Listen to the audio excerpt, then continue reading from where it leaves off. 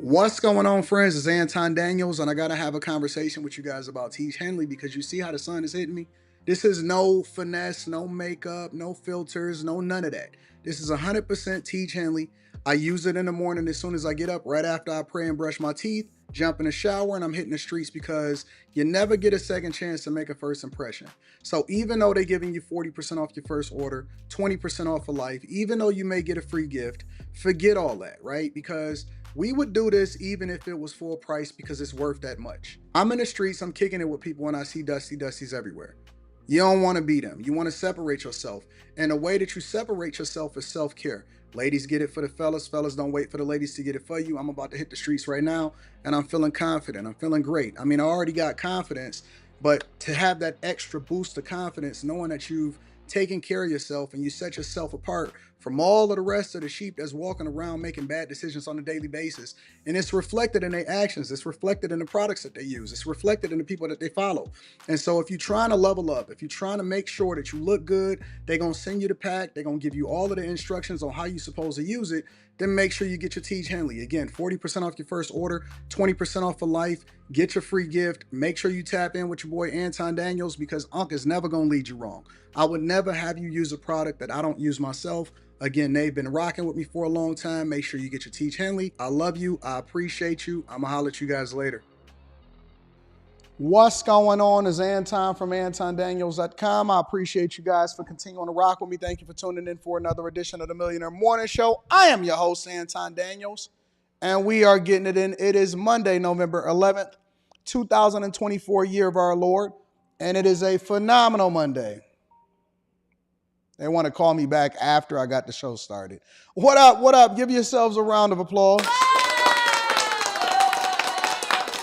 Anyway, so what up, friends and family? How y'all feel today? I am excited to be before you. Got some good news that I want to share with you guys. Also got a whole show. And then we got Stock Club today, all right? So Stock Club is set for 12:30 Eastern. We might push it back maybe a half hour, 45 minutes, depending on how long the show is. But that is posted inside of the Patreon. So if you guys are in the Bag Chasers and in the Patreon and trying to figure out and have a conversation with your friends and family on how it is that we can level up and make sure that we can capitalize off this upcoming presidency, then you definitely want to make sure you tapped in. So if you're not a Bag Chaser, the link is in the description. Also, Tiege Hanley, 40% off your first order, plus 20% off for life. Ladies get it for the fellas. Fellas don't wait for the ladies to get it for you. It is a phenomenal product. I'm excited to be with Tiege. Long-term, great relationship. It's an awesome product, and I would never have you use something that I do not use myself. Last but not least, get your tickets. Come and kick it with me December 14th. That is going to be the last show I do this year before we hit the holiday break. Last in-person thing that I'm going to rock unless you just catch me hanging out in the streets. December 14th, Detroit. It is going to be an awesome, awesome event. I'm looking forward to kicking it with you guys, and we're going to run it up. All right, so I got a little bit more news that I want to share with you guys. Some really, really good news, but I'm going to share that with you guys after we do quick hits because, you know, it take a little bit of time for people to stroll in and take their sweet time. What up, friends and family? Yeah. What up? I want to give a shout out to ESDC. Shout out to ESDC on Cash App. I appreciate you and Mike That Dude. Shout out to Mike That Dude. Read a couple of these super chats. Mr. Lot, what up? The Lions is... Listen. I heard Detroit was deep down in Houston representing. Shout out to the Lions down there. Also, Eric Wealth Harris says, another great day to be an American. I agree with you. Top of the morning says Victor. What up, Vic? What up, dog? Would you ever do a collab with Minority Mindset? I'm not sure if I know who Minority Mindset is right off the top of my head. I'd have to go and check out their content. So, yeah, I need to check that out. Tom Homan is the new Borders are. Yeah, we going to get there. Y'all always trying to make sure that y'all put the cart before the horse. We going to get there. We got some people from Chicago that want to come up and share their thoughts. We're going to talk about the new Borders are. Tom Homan. Yes. We're going to get Charlamagne, Bernie Sanders. Lots going on, and I'm hiring. We'll get there. So shout out to the Bag Chaser. Shout out to everybody. And also, let me make this announcement also. I've started to issue refunds to anybody that had already prepaid for a coaching call. So I have a list of people. Some of them I am not by default automatically aware of what their payment method is. So Cash App only allows for me to be able to send out so many payments per day. And so we're going through it as we get to it. And then also some people Zelled, but Zelle to your bank account doesn't necessarily give you the payment address. So some people use their phone number, some people use their emails. So we'll be reaching out and I'm figuring it out. So by the end of this week, everybody should have a refund that prepaid for a coaching call until we start it up back sometime next year. All right. So just giving y'all an update. I always like to be transparent and share with you guys what's going on, what my thoughts are. We got the Q show tonight, so that should be absolutely awesome. Looking forward to that, to see what these women is feeling like after the election, and it's going to be a great day. All right? So I see y'all in the chat. I'll continue to read super chats throughout the show. We're going to get to it. I love you. I appreciate you. But before we get to it, let's get the quick hits, y'all. Quick hits is a segment of the show that we don't necessarily think that we need to dedicate an entire segment to, but we definitely want to keep y'all in the loop on what's going on throughout these streets. All right? First things first. An attempted kidnapping in Brooklyn got everybody shook up. Check it out. Are still in shock after her young son was nearly snatched away while on a walk with his father. Police arrested the suspect, and the mother tells Eyewitness News that he is her neighbor. Eyewitness News reporter Sonia Rincon has the details. Video of the attempt shows a man yanking the 6-year-old boy from his father so hard his feet come off the ground. But the father never loses his grip. The boy's mother, who asked that we not show her face or use her name, says her son is absolutely terrified. My kid had traumatized. Last night he was not able to sleep. He was scared, and it's not okay to 6 years old to be scared and not sleeping. It happened Friday while the father and son were on their way to a Shabbos gathering in front of multiple cameras on this block of Kingston Avenue. The boy's mother says the strangest thing about this is that the suspect is their neighbor. They've seen him before, and he's never said or done anything unusual. He always hold the door, he always was nice. She says she's heard from other neighbors that something else was going on with the 28-year-old. Here's my thing that I'm trying to figure out, all right?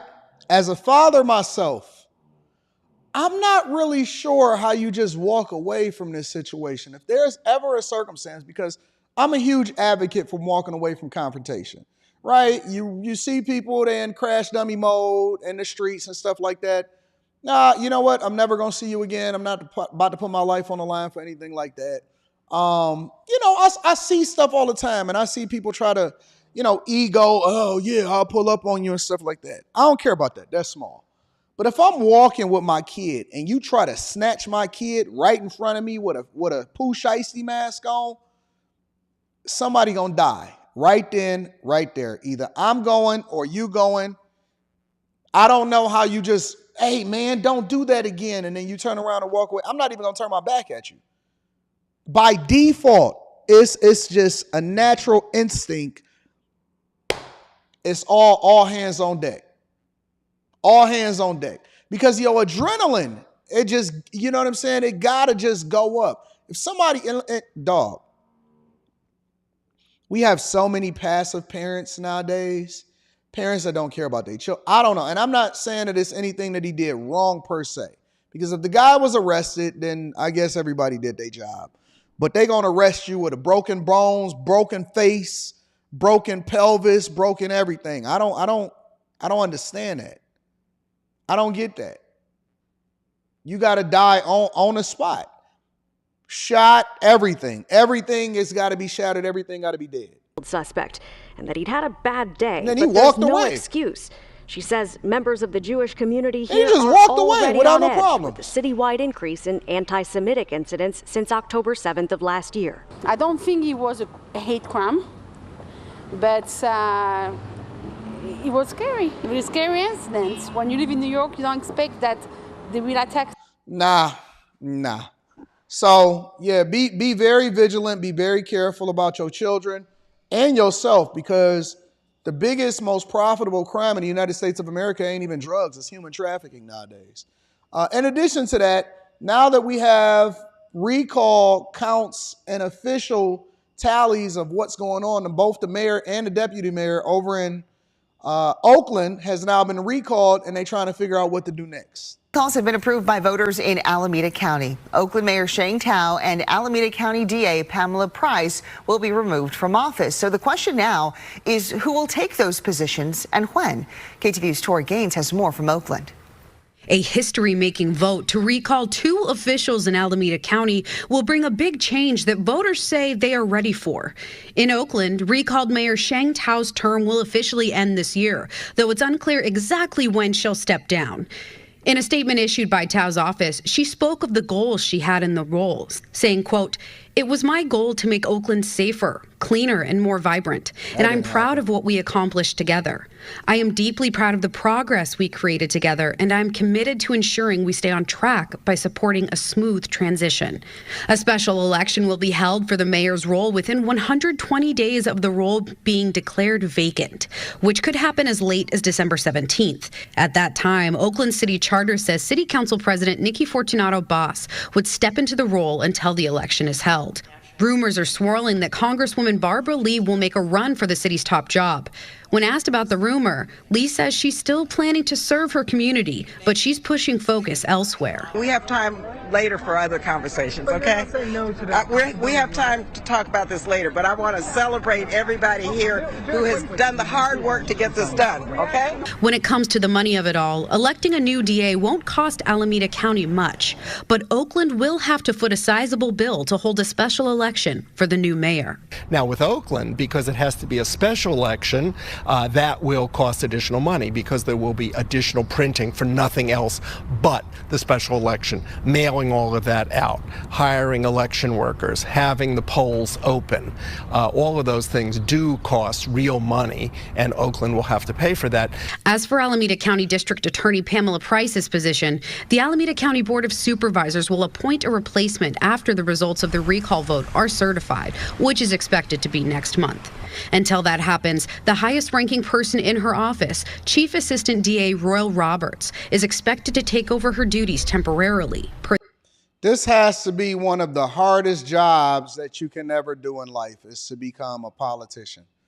I'm still confused. If anybody can sell me on the idea of why it makes sense to ever run for office or be a politician outside of truly being patriotic and wanting the best for your city, your state, your country. I mean, you already have to have done some great things in life. You know what I'm saying? And then come back at an older age and say, you know what? I had some lived experiences. This is what life is really about. I have nothing else that I need to accomplish. I just really want to serve my country. And this is why I'm going to go ahead and be a public servant. Other than that, I'm very, very confused why people would go with this level of stress and try to get these positions. Anyways, last but not least, the woman that probably is the most famous person that ever appeared on Dr. Phil, her name was that Bhad Bhabie. She's battling cancer at 21 years old. It's sad. Check it out. Danielle on the right side, Danielle. Bhad Bhabie, real name Danielle Bregoli, has cancer. Everybody has bumps in their road and everybody goes through things. TMZ confirming the 21-year-old's diagnosis, a family source telling the outlet she's currently under the care of a doctor. Her mom, Barbara, speaking out on Instagram. And I'd pray to God one of your children never get cancer, okay? I've had it twice. Listen, the internet is everywhere. So unless I'm going to the middle of the desert in Egypt, someone's gonna know who I am. Bhad Bhabie's news comes shortly after sharing a cryptic post about the state of her health on Instagram. As fans noted, they were worried about her appearance. The rapper writing on her story, "I'm sorry, my cancer medicine made me lose weight. I'm slowly gaining it back, so stop running with the worst narrative." I had did some reactions to her before when they had said that she had made like a gang of money, like millions of dollars, when she had first hit OnlyFans, because she had started an OnlyFans as soon as she was old enough to do so. I think she was 18 and she had made like 20 million or something crazy like that, right? But I've been hearing how people have been reacting to and treating her with her cancer diagnosis. And I think that the internet is probably one of the greatest tools and the greatest inventions on the face of this earth, and it's one of the most evil places that you can ever exist. It's always going to be a yin and a yang. And no matter what her life is, unless she's doing something illegal, which I may not necessarily agree with your lifestyle. I had somebody that wrote me over this weekend, and it's funny. Let me read this. I might be able to find it. I don't know if I can find it or not. Somebody had wrote me on my website, and so they went to antondaniels.com, and they said something. And I never, ever really respond to the negativity, so I kind of just let people say whatever they want to say. But I'm trying to figure out if I can find it.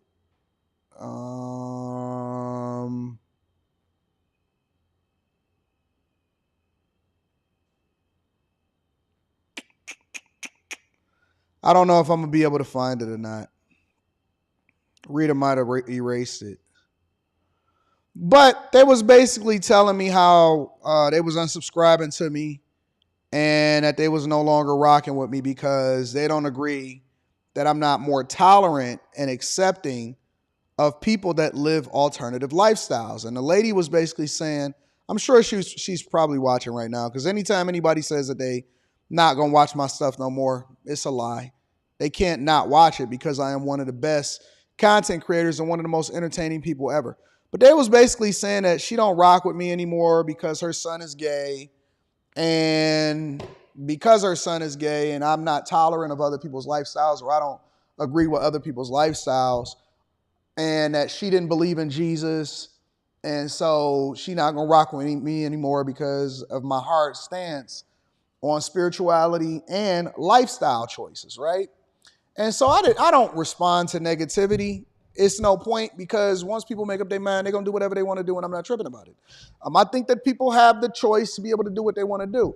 However, my stance is that I will never take away somebody's humanity. And what that means is that I don't agree with people having sex out of wedlock, but you don't see me condemning people just because they getting boxed.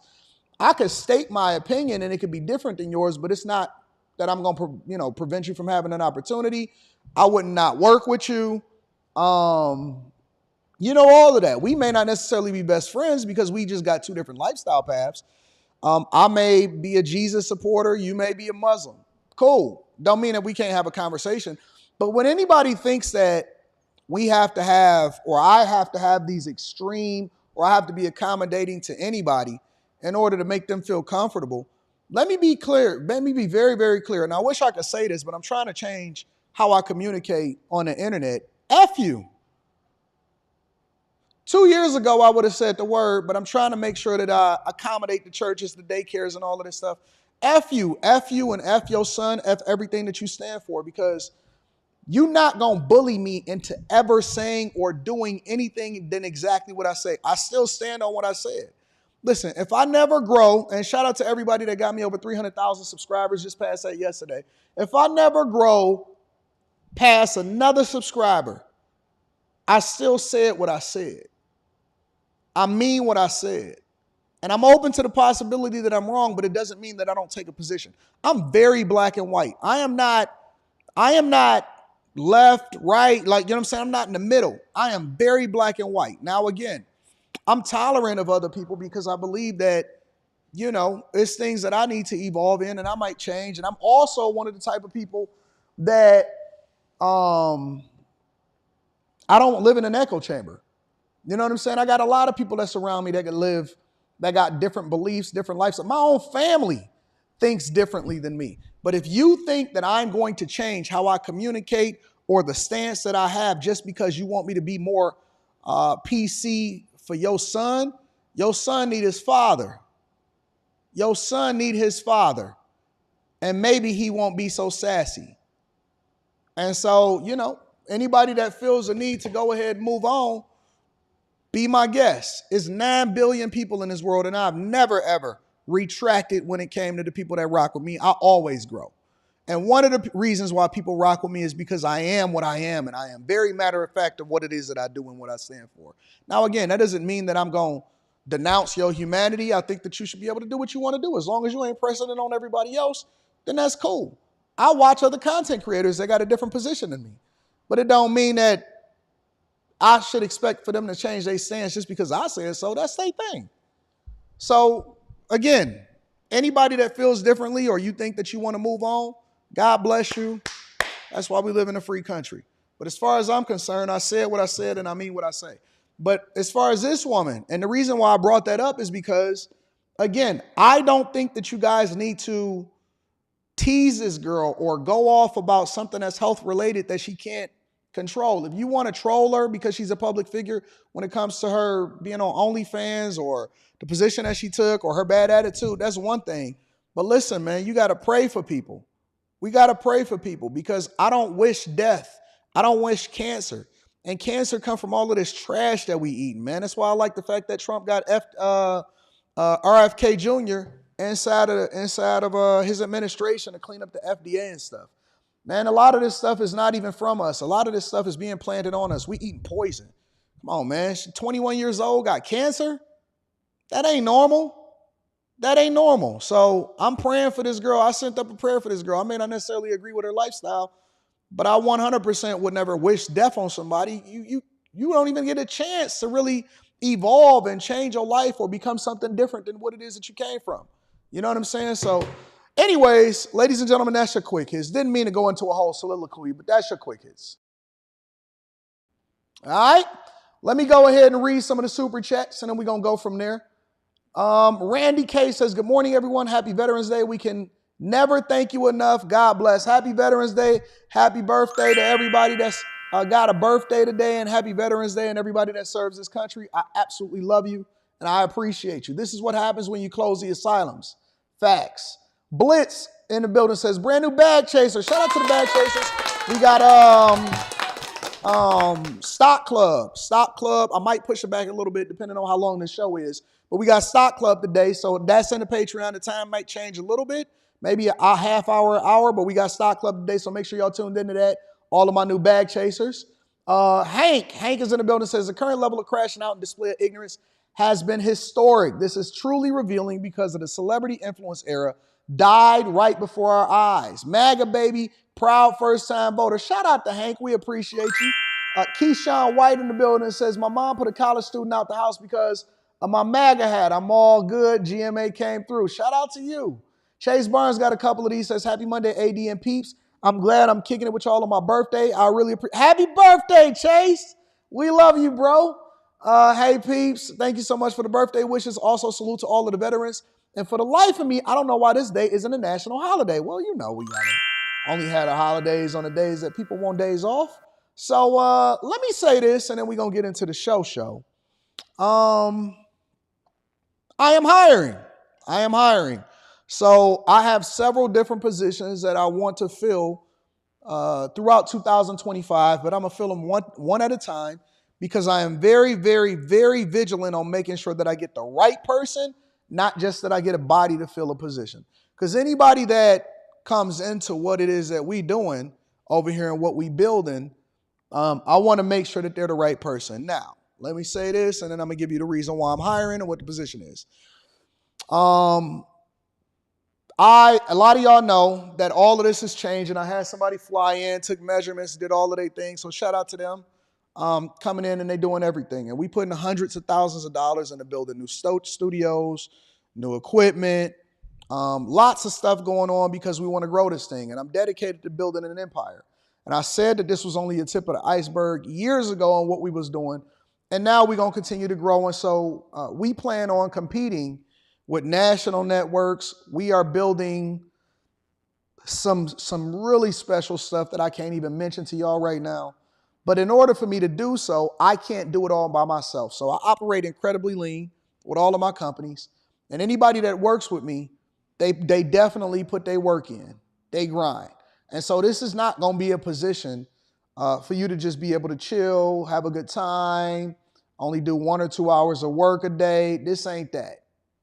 I'm just going to tell you, if you're looking for some easy money, this ain't that. All right? Now, I pay my people incredibly good. What I'm looking for, and I said that I was going to say this out loud before I put it out to any recruiters and to the bag chasers. What I'm looking for is a 3-in-1, okay? So, again, we operate incredibly lean. And instead of having a whole bunch of people making okay money, we'd rather have certain people that are great at what they do make a decent bag, all right? So I'm looking for a 3-in-1, and that 3-in-1 is a producer, and I'll explain what that is. It's a producer. I'm also looking for a person that knows how to edit in both Photoshop and Premiere Pro, so the Adobe Creative Cloud. And I'm looking for a person, a producer, editor, and what was the last thing? A producer, editor. I'm looking for an extension of me without the content creation part. Oh, and a content creation manager. So essentially what the position is I'm looking for a person to free up my time. And what that means is the producer role is the person that does what I do as far as the effort to finding the things that we want to talk about and staying up to date on what's going on in popular culture. So you got to have an eye for what's going on. You got to be participatory. You cannot just be in your shell, not knowing what's going on and think that you can cut on the internet and then start giving me stuff. So you have to be planning for what it is that I'm doing. You have to be putting together the things that I'm going to be doing on a regular basis. When I put together the stuff for this show on a daily basis, I am producing the show before I ever go live. So, you know, all of the images that you see and all of this stuff that's popping up and all of that and whatever, you know what I'm saying? The different clips that I'm using and stuff, that is producing the show. And so you're going to be producing both the Millionaire Morning Show, the Anton Daniels channel, After Hours, and whatever it is that we got going on, all right? So that's A. B, you're going to be managing my content creation, so you'll have control over all of my YouTube channels. So anything that needs to be clipped up, anything that needs to be going out, editing, putting in timestamps, stuff like that. That is the management aspect of it. And then the last part is there is some editing and some you know, you got to do thumbnails and editing and be able to upload stuff and stuff like that. So you have to understand content creation. You have to understand. And I'm not telling you that you got to know everything right away. But what I am saying is that you have to have a knack for producing and putting out content and being able to move and be mobile based off of my schedule. Now, some people are saying that it's too much. I agree with you. That's how I filter out who I want to be around me. Because I'm not looking for somebody that's lazy. And when I say lazy, I'm talking about as it relates to whatever the standards of the world is. I don't operate like that. My schedule, the way that we work different over here. Now, before I get into that aspect of it, I also want to say that the position does start in 6 figures. So depending on your experience, if you've never done it before or you just have a couple of the skills and you're not, you know, fully into it, it's probably a little bit less than $100,000 a year. However, the position will start at about $100,000 to $110,000 a year. All right. And then there's perks that come with it. Obviously, you know that I give out tickets. You won't need any equipment, all of that type of stuff. So just a couple of caveats. The position is going to start out above $100,000 a year. And that's because I don't want people lazy around me. You understand what I'm saying?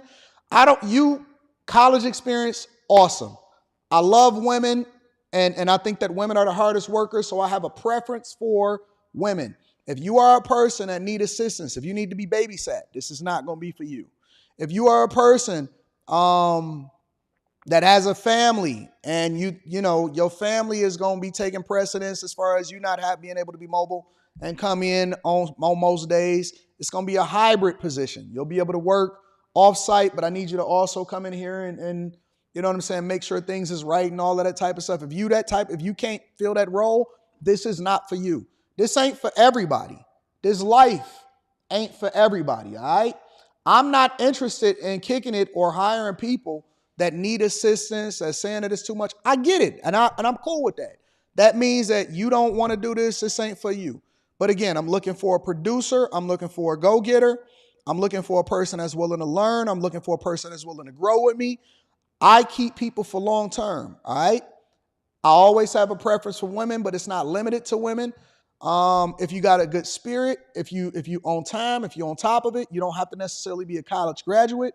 But that's cool if you have some form of training or whatever. I'm looking for people that put in the effort. I'm looking for people. And let me also say, you got to be here. I'm not against people coming here and relocating here, but you got to be here. And again, it's a hybrid thing because I need you to be able to produce and put stuff in place. I need you to learn how to work the cameras. I need you to learn how to look at things and make adjustments on the fly. You see what I'm saying? So again, this position it starts off at over $100,000 a year. And again, I need you to be an extension of me. I need you to free me up so I can go and get that other bag and take care of other business. All right. So again, if you are not the type of person that is a go-getter, if you are the type of person that feels as though it's too much work, this is not for you. All right. If you don't want to live this lifestyle, if you're not trying to be traveling, you know what I'm saying? It's travel perks that come with it. You get, your own MacBook Pros, you get everything, you get all of the insight information. You'll probably be sitting courtside with me sometimes. Who knows if that's what you want to do. But if this is not for you, if you are not built for this, if this is not what you want, if you are not the type of person that can go get it, if you can't be here and available most days, including 7 days a week, and again, I need you to be producing and all of that stuff, then this is not for you, okay? Don't waste your time. Don't apply just for the sake of applying. And do not, listen to me, do not, under any circumstance, feel as though I owe you something. I pay my people well. I take care of my people. They all make a lot of money, but they work their ass off, all right? Because again, I expect for you to be an extension of me. I got a culture here of not just sleeping in and making it happen. You're going to have to be here before I be here, but then again, you might only be here for 2 or 3 hours a day, and then the rest of your time, you working from home or something like that. Who knows? We'll figure it out as we go, but again, this is not for everybody. And you know what I'm saying? You're going to have to relocate. You got to be here. You got to live here. And if you don't like Detroit, then you can't work for me. You know what I'm saying? So you have to be here. You have to be here. You get taken care of. You get the perks. Probably get a company credit card. All of that stuff. All right? Probably get access to my cars, everything. But you got to be here. You got to be here. So if you are interested in this position, you can email me at Anton Daniels 413@gmail.com. Email me your resume. 2 things. I need your LinkedIn and your resume. And then I also need your social media profiles because I need to see what you are. I want to know who you are in real life. And you ain't got to, listen, I ain't trying to get the corporate or whatever. You can have fun, be the type of person to be out in the streets and all of that. I just need to see what we're working with. All right? Social media profiles, number 1. And then I need your resume or your LinkedIn. Okay? So, again, let me say this for the people in the back. Email address. And again, if you're not here, but you are like a single person and you can move however you want to move and you're willing to come here, then this may be the position for you. That may give you the upper hand, all right? So email me at AntonDaniels413@gmail.com. AntonDaniels413@gmail.com. And then we'll figure it out. Okay? So it is a $100,000 plus a year job, probably somewhere between 100 and 110 just to start off, with all of the perks, all of the bonuses. But, you got to be willing to grind. You got to be willing to hustle. You got to be willing to work. All right, so that is what it is. I am hiring and I'm building an empire and I need good people around me. Later on throughout the year, I'm going to need some sales managers. I'm going to need a lot of different people to fill a lot of roles. And then I'm also creating some new shows. So I'll also be looking for talent. But in the immediate, and let me just say this also. The position will start at sometime late January, early February, I'm anticipating. So basically beginning of the year. It might even start in the beginning of January. We can figure it out according to your schedule if it makes sense, okay? So anybody that's interested, email me at AntonDaniels413@gmail.com. Send me your profile. I love it when people give effort, and I love people with the right mindset. I don't care where you're from in the United States of America. Obviously, I'm going to give preference to people that's already here in Detroit. But if you're willing to fly here and you're the better candidate and you're willing to relocate, I might even be able to help you with some relocation expenses, okay? So I do have a budget set aside. You just got to be the right person. Got to be the right person. I will give you some relocation expenses to help you cover that. And then we're going to run it up. We're going to get it back, and we're going to take care of opportunities. So if you've never had an opportunity, or if you're trying to, you never made six figures, or you're looking for something to break out, or you're looking for a change of pace, this might be the thing for you. Might be the thing for you, all right? Company phone, all of that stuff. So we're going to get there. We're going to get there. Email me at antondaniels413@gmail.com. And we're going to go from there. Yes, yes, yes. So the person that's texting me, yes, you have to live in Detroit. Somebody said, no Facebook, no IG, no nothing. I'm not even on X. Some people don't do social media. Well, then you don't do Anton from AntonDaniels.com jobs. How you gonna be a content creator manager and be able to manage my social media if you don't even understand it? That means that this job is not for you. So if you wanted to just stay out of the loop, then stay out of the loop. I told you, you got to get active. You're going to have to get active. We do shopping trips. We go to Gucci. We be sitting courtside. We take flights. We do all of that stuff. But you're going to have to be in the streets. And so, if you got to be home by 5 o'clock, you probably will be most days, but some days you probably won't. And so if your husband or your wife is telling you, oh, no, you can't, this ain't the job for you. If you got a boyfriend that says that, oh, man, I can't rock with you if you living somewhere else, this ain't the job for you. This is not, I'm looking for the right person. I'm not looking for everybody, all right? I'm looking for the right person. I'm not looking for everybody. This may not be the job for you, and that's okay. I still love you.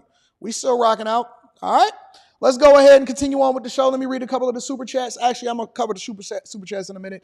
I want to get straight to this border czar situation. So, Tom Homan is now the new border czar, appointed by Trump on his first day in office. Check out who he is. President-elect Trump has chosen Congresswoman Elise Stefanik to be his U.S. ambassador to the UN. This comes after Trump announced that his choice to lead border security, a man who served as the leader of ICE during Trump's first administration. ABC's Christiana Cordero this morning has the details.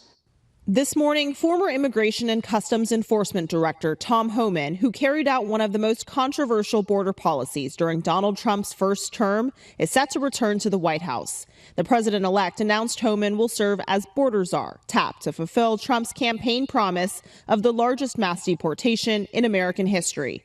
Homan recently spoke with 60 Minutes. I hear a lot of people say, the talk of a mass deportation is racist. It's threatening to the immigrant community. It's not threatening to the immigrant community. It should be threatening to the illegal immigrant community. As ICE director, Homan led the zero tolerance policy that separated parents from their children at the border. The ACLU estimates between 500 and 1,000 families have yet to be reunited.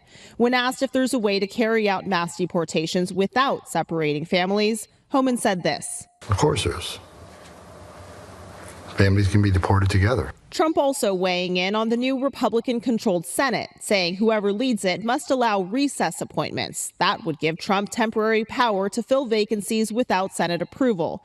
The issue came up in 2014 when the Supreme Court ruled against President Obama's use of recess appointments. Now, Senators John Thune, John Cornyn, and Rick Scott are each running for Senate Majority Leader. And on recess appointments, they've all signaled support. Trump says 2 members of his first administration will not be back. Former Ambassador to the UN, Nikki Haley, and former Secretary of State, Mike Pompeo.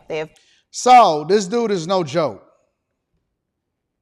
He is no joke. He is not somebody to be played with. He is not somebody to be tolerated with.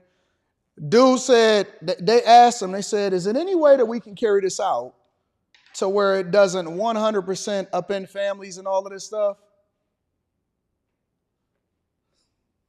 Quentin is crazy. I'll talk to you in a minute, Quentin.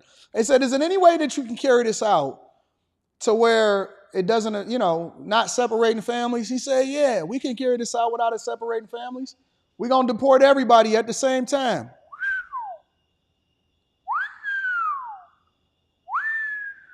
You know what's wrong with this whole immigration system? You know what's wrong with what's been happening and how things are played out? I'll tell you exactly what's wrong. What's wrong with it is that so many people have been able to come over here without actually going through it the right way, and they've been breaking the rules for so long that it seems like you guys are entitled to be here when you came over here illegally. Like, for example, somebody sent me a TikTok where a person was saying, I can't believe it, I'm going to have to reapply for my visa. And they were saying a bunch of other stuff, right? I'm going to have to do this. And, I've been over here for a long time. And even though I overstayed my visa or I overstayed my work permit or I overstayed this, now it's just because I've been in this country. It's like, you do know that don't fly nowhere else. I was listening to the Canadian Prime Minister. And the Canadian Prime Minister, because it's a lot of people that are saying, oh, I'm leaving America because I don't like what's going on over there and I don't like what's happening in the election and stuff like that. And the Canadian Prime Minister, they said, well, what about people that's actually moving to Canada? And she said, I'm going to tell you this. We choose who can stay and who can leave, and we strongly enforce what's happening at our borders. They don't do this anywhere else except for the United States of America. This is the only place where you can break the rules and then feel entitled to be able to do what you want to do. Don't you know that, listen, where I come from, if you get a job under false pretenses, let's say, for example, you lied and said that you had a college degree. And let's say you've been working there for 5, 10, 15 years, right? And then somehow, some way, technology advances to where they discover or they go and revisit your resume or they go and figure out what's going on. If they find out that you lied and you don't actually have a college degree, they will fire you. They don't care how long you've been in that role. They don't care how long you've worked for the company. If you don't have what you say you had, but somehow you got in, and then they're able to revisit whether or not you had it, they will fire you. This is the only country where people feel entitled to do stuff after they broke the rules and broke the law. He's not messing around, though. President-elect Trump's new cabinet is starting to take shape because overnight, while you were sleeping, he tapped Tom Homan to be his border czar. Trump saying, quote, there is nobody better at policing and controlling our borders. Likewise, Tom Homan will be in charge of all deportation of illegal aliens back to their country of origin. He worked with the president to come up with this job description, so let's hear from him. In his first interview after the major announcement, incoming border czar, Tom Homan. Tom, congratulations to you. It's bad for us. We lose you as a contributor. What went into the decision and the position? Well, look, I've been on this network 4 years complaining about what this administration did to this border. I've been yelling and screaming about it, telling them what they need to do to fix it. So when the president asked me, would you come back and fix it? Of course I have to. I'd be a hypocrite if I didn't. So, look, I'm honored the president asked me to come back and help solve this national security crisis. So I'm looking forward to it. And look, I love Fox. I love the family there. But I think that the calling is clear. I got to go back and help because every morning I get up, every morning I'm pissed off about what this administration did to the most secure border in my lifetime. So I'm going to go back and do what I can to fix it. So, Tom, let's talk about the job, because you're not an amateur. You've been doing this for years. You're a beat cop. Also, you worked the border before, went over to ICE. You've done it all. What does the process look like? Because I think some people get the impression that you're shooting from your hip, but you know what you're doing here, right? I know exactly what I'm doing. And look, this is the second time I came out of retirement for this president, and because it matters. And look, I was a border patrol. You know what? Listen, look at this guy. Look at this guy. Look at this hard nose. You know who he looks like? He looks like Hank from Breaking Bad. If y'all ever watched Breaking Bad, it's one of the greatest. It's the second greatest series of all time. Some people say Sopranos is in there. I say that The Wire is the greatest series of all time, followed by Breaking Bad, and then possibly The Sopranos, and then y'all can throw everything else behind that. This guy looks like Hank from Breaking Bad. Let me show you what Hank looked like. Hank was a hard nose. He was Hank Schrader. That's what his name was, Hank Schrader. He was a hard-nosed, no-nonsense, I will bust you and not care about the consequences. We'll figure out the consequences later. All of that stuff. He was not a mess around type of guy. Hank was looking to take Walt down. This is Hank. This is Hank. He looks just like Hank. Look just like Hank. Hank Schrader was no joke on Breaking Bad. He said, I'm going to bust you. I'm going to bust you.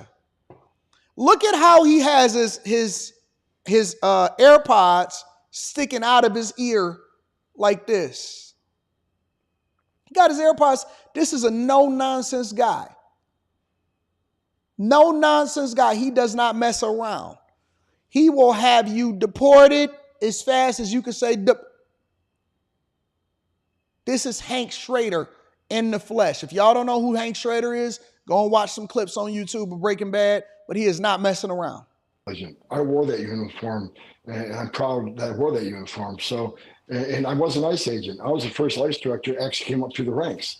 So the 20,000 men and women that worked for me, I didn't ask them to do anything. I didn't do myself because I was one of them. So look, I know the border, and I know there's a lot of great patriots. Look, I shut my phone off Friday night because I couldn't handle the phone calls, the texts, and emails from thousands of ICE agents and Border Patrol agents excited about the rumor I'm coming back. But more importantly, that thousands of retired agents, retired Border Patrol agents, retired military that want to come in and volunteer to help this president secure the border and do the deportation operation. So I've been off the grid for 3 days just because I couldn't handle all the phone calls, and plus all the death threats rolling in. My family's not at home right now because that's starting. But that's something we're going to deal with. They're not going to bully me away. They're not going to shut me up. They're not going to make me go away. This is the biggest national security vulnerability this nation has seen since 9/11. We have to fix it. And it's one of the reasons Kamala Harris lost and Donald Trump won. So Tom, you just mentioned deportations. I know during the last Trump administration, when you were there, they did have the large-scale worksite, essentially raids, where they would go into a place and there would be hundreds of people who were in the country illegally. I know on 60 Minutes, a couple of weeks ago, you said that those would continue under Donald Trump in the next administration. What do you have planned?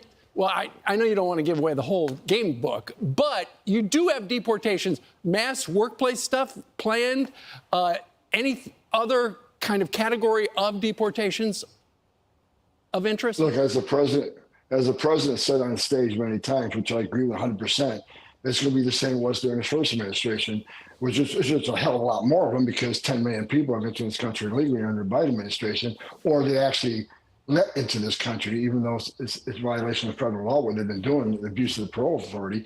But look, I've been clear, President Trump's been clear.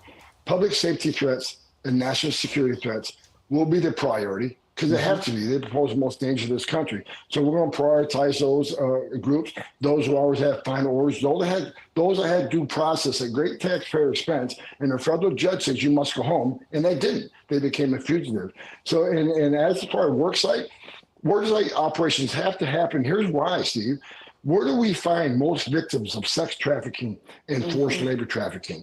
At work sites. And the Biden administration shut down work sites. On one point, they say we care about sex trafficking and human trafficking. Then they shut down work site enforcement, which is one of the main areas we find the victims of this. I want to add one more thing, another priority.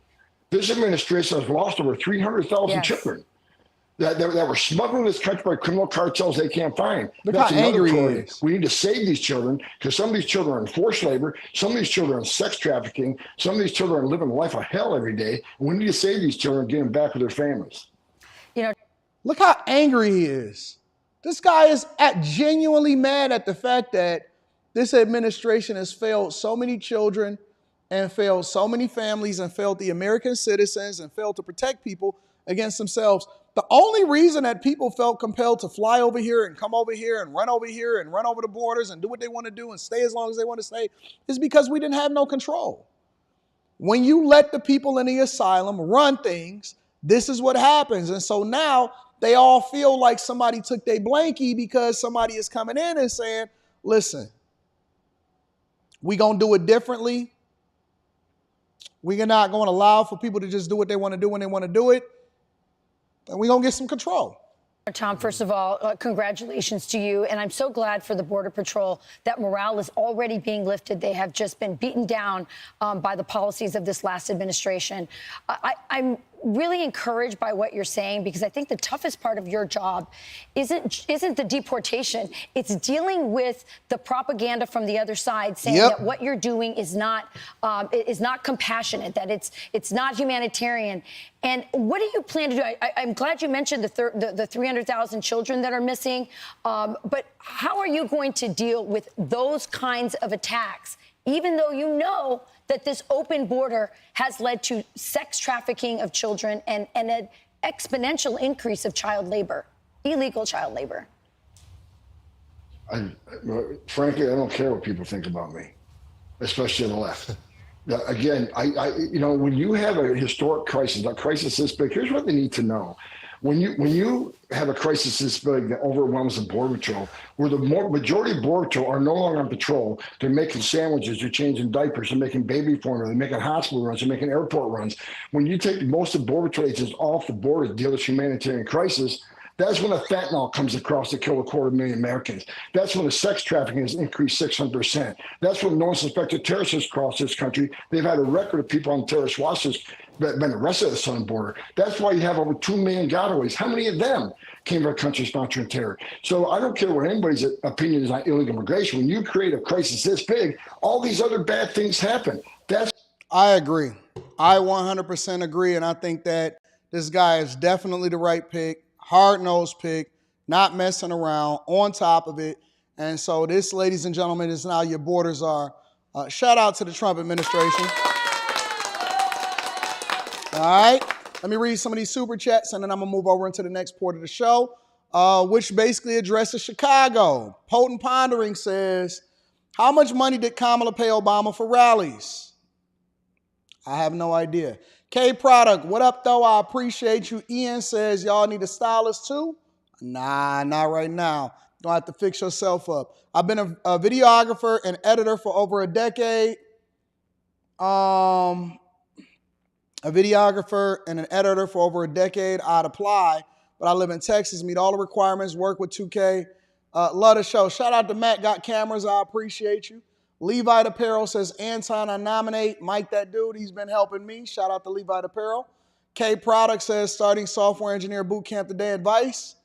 No advice. The only thing that I would say is make sure that you continue to work outside of whatever it is that they got you doing in the boot camp, and don't think that you just can learn everything that you can learn in the boot camp. You actually got to participate outside of it also. Sean says, top of the morning, fam. I saw the Fox interview with you and rocked out per usual. Keep speaking facts. Thank you. I appreciate you. Martin, the credit doctor, says, you motivated me to start a channel. How do I go about preparing for shows? Bless up from Cleveland. You just learn as you go, bro. As you see things change and as you continue to grow with your content. I pray you continue to succeed, and may God continue to bless you and make your businesses go boom. Shout out to Prophetess April. I appreciate you, love. Cynthia Haynes then says, Anton, I live in Flint. How can I apply as your cleaning tech? I don't need a cleaning tech right now, but we'll see what happens. Skill Shift, shout out to Skill Shift, says, longtime watcher, and I literally just created an online reputation management. Shout out to Skill Shift. Y'all make sure y'all send me y'all resumes, AntonDaniels413@gmail.com, along with your social media. Goddess Bella says, don't leave your country while pregnant. Eric says, the look on Tom's face says, I can't wait. Pug Dad says, the shield. Shout out to you. I appreciate you. Andre Andrews says, love when these fools say we should only deport criminals, as if breaking into a country isn't a crime. Every person that breaks the law and enter is a criminal by definition. Black says, as a Canadian, I would like to express how broken the immigration system is here. The U.S. is doing the right thing. Don't be ashamed. Just Incredible says, Homan looked like Hank, but Mike put together. Jean Robert says, Homan look. Oh, no, hold on. Let me get that up there. I'm sorry. Anton, if you haven't yet, talk about McConnell's soft coup in the Senate. He's trying to get Rhino Cornyn into Senate Majority Leader role. This guy is anti-MAGA and a warmonger. Interesting. Josh is in the building, says Anton Breaking Bad was an all-time great show and Hank was my favorite. West V Plan says everything could have been cool, but they pushed too hard and now we have to handle it with an iron fist. One Wheel Just Chill says, good morning, AD. Can we go over Panatar Technology and Stock Club? It seems like there could be a play to be made there in the long term. We'll see.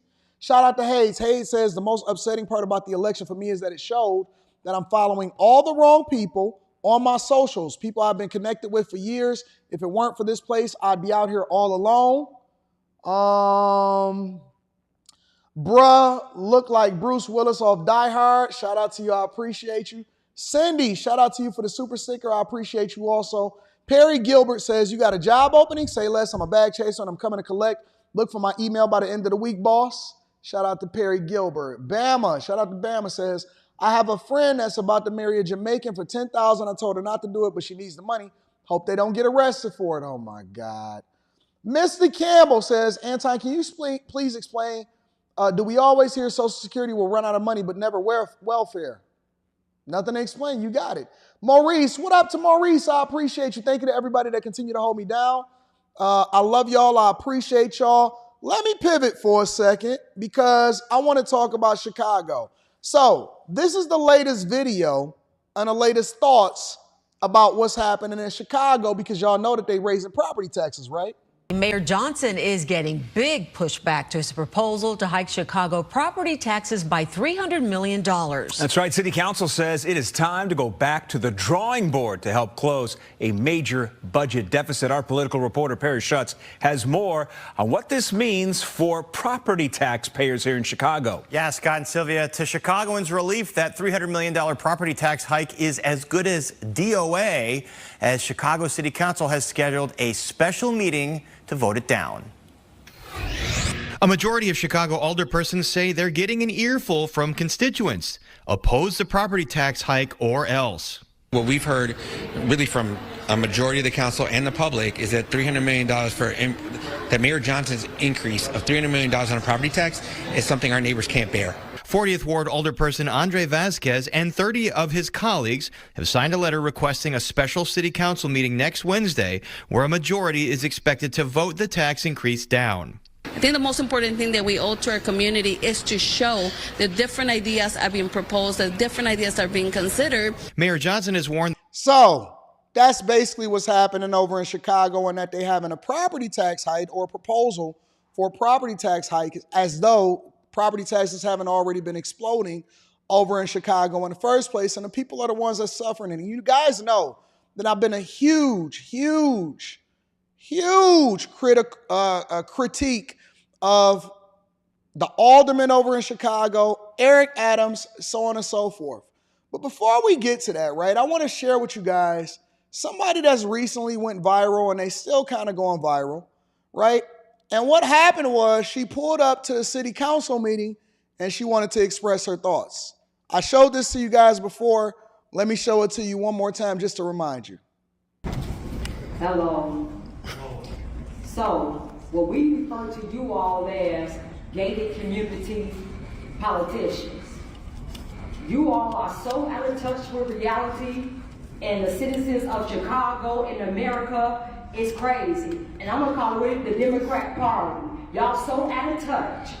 Y'all don't understand that what you all, I don't know if y'all don't understand, but y'all don't see it. America is coming together and Chicago is coming together. Black, white, it don't matter. Because see, we see a common threat.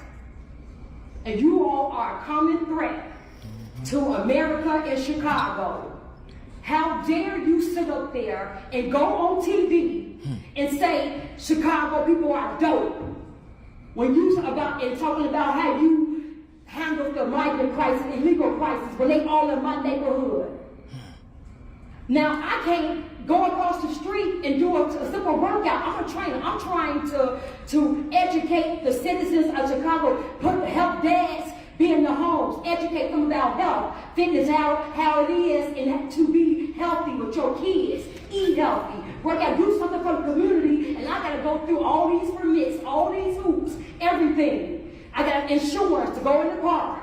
But then I see illegals down the street from my house with a whole entire restaurant. I thought I was looking at Donald Trump when he was at McDonald's. So, Danielle Carter recently went viral after expressing her thoughts at a Chicago City Council meeting. And so I figured, you know what? Somebody get me in touch with this woman. I need to really be able to talk to her and get an idea of what she thinks personally. And so what we have right now, ladies and gentlemen, is I'm going to bring Danielle up because I definitely want to get her thoughts on what's happening out in these streets. Danielle, what's going on, love? You got your YouTube on? You might want to turn YouTube off. And so what we have right now, ladies and gentlemen, is I'm going to bring Danielle up. Danielle, you got to turn your YouTube off. Only listen through the phone. Only listen through the device. Danielle, what's going on, love? Hey, can you hear me? You got your Okay, okay, let me X out. Can you hear me now? Can you hear me, Danielle? Turn up your audio. Can you hear me? Can you hear me? Let me see if you can hear me. Can you hear me? Testing. Testing. Can you hear me, Danielle? I unmuted that. And here, try to leave and then come right back. let me go out and come back in. Okay. All right, so I'm going to bring Danielle up shortly for her to be able to express her thoughts because I really want to understand again, and you guys know that I've spoken with somebody before, but I really want to understand what's happening on the streets of Chicago and find out what's going on. Can you hear me now? Can you hear me? Yes. All right, cool, perfect. What's going on, Danielle? What's up? What's up? Did you know that you was going to go viral? When did they tell you that you was going viral? No, I didn't know. Somebody, a couple of people had inboxed me on Facebook and said, Anton Daniels looking for you. And but Anton, I watch you all the time. So I would eventually saw it. But they had told me, and then I went back. I'm like, oh, I'm cracking up. I had to get you on here because you were so passionate. But there is so much going on in Chicago, right? You got them removing ShotSpotter. You got them proposing property tax increases. I've been following the migrant crisis for a long time, so I've been aware about the fact that they had migrants sleeping at the airport. They were sleeping at the Chicago police station. All of that stuff, right? And then y'all have allocated so much money.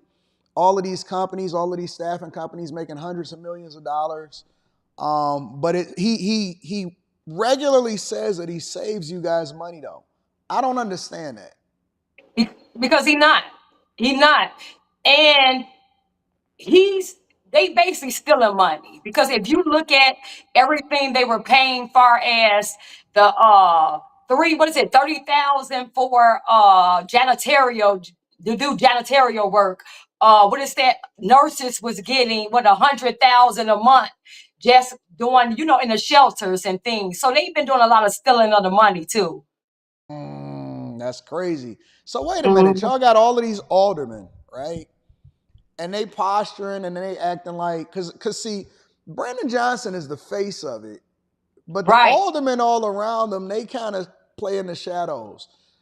What are the aldermen saying, and how are they playing a role in this migrant crisis also, and what's happening in Chicago? So we believe they getting paid off too. That's why we keep saying we coming for those seats. Anton, we not playing with none of them no more.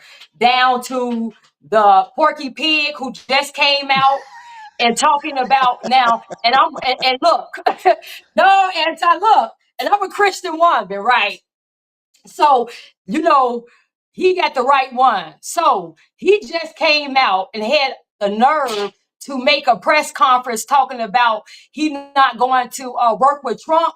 And J.B. if you Pritzker. come from Yep.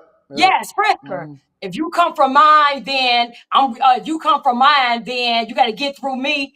Look, Trump ain't got to get to you because we gonna be the ones that we gonna get you for Trump. We don't want you, dude.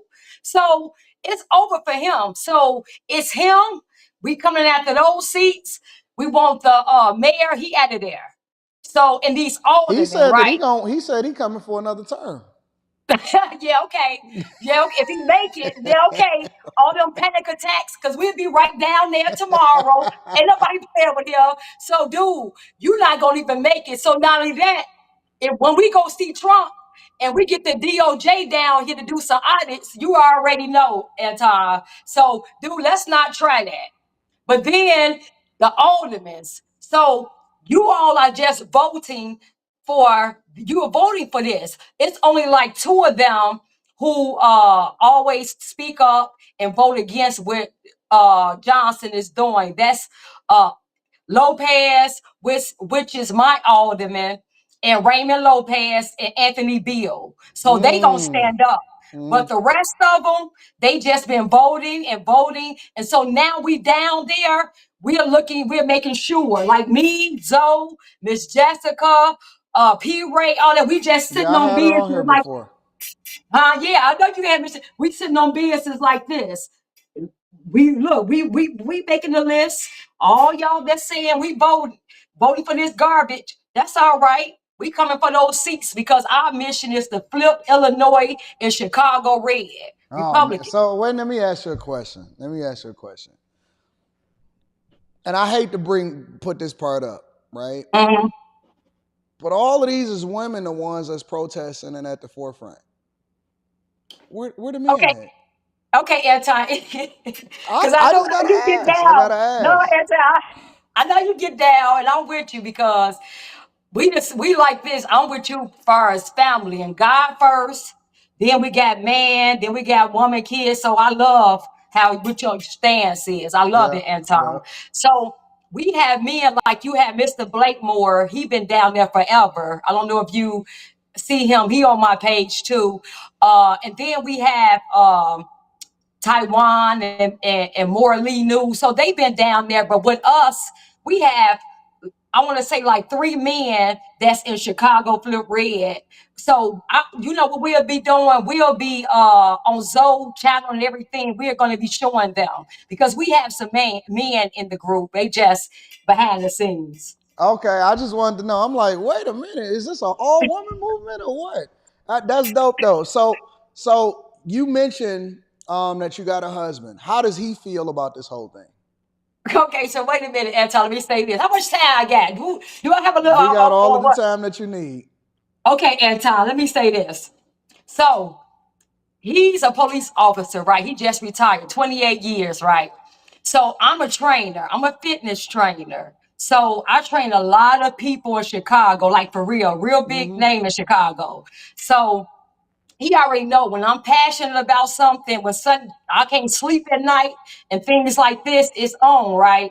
So it started in 2019 before that. So he like, babe, now you know, because I train a lot of Black women, right, Anton? You know how that. So when you start speaking up against another Black woman, so-called, and you start standing on business, then it kind of hurts your business because people like, Danny, I can't believe you a Black woman, you a businesswoman. How I can't believe you not patronizing her. So he's like, Danny, you know, I'm gonna let you do what you're gonna do because I know when God place something on you, it is what it is.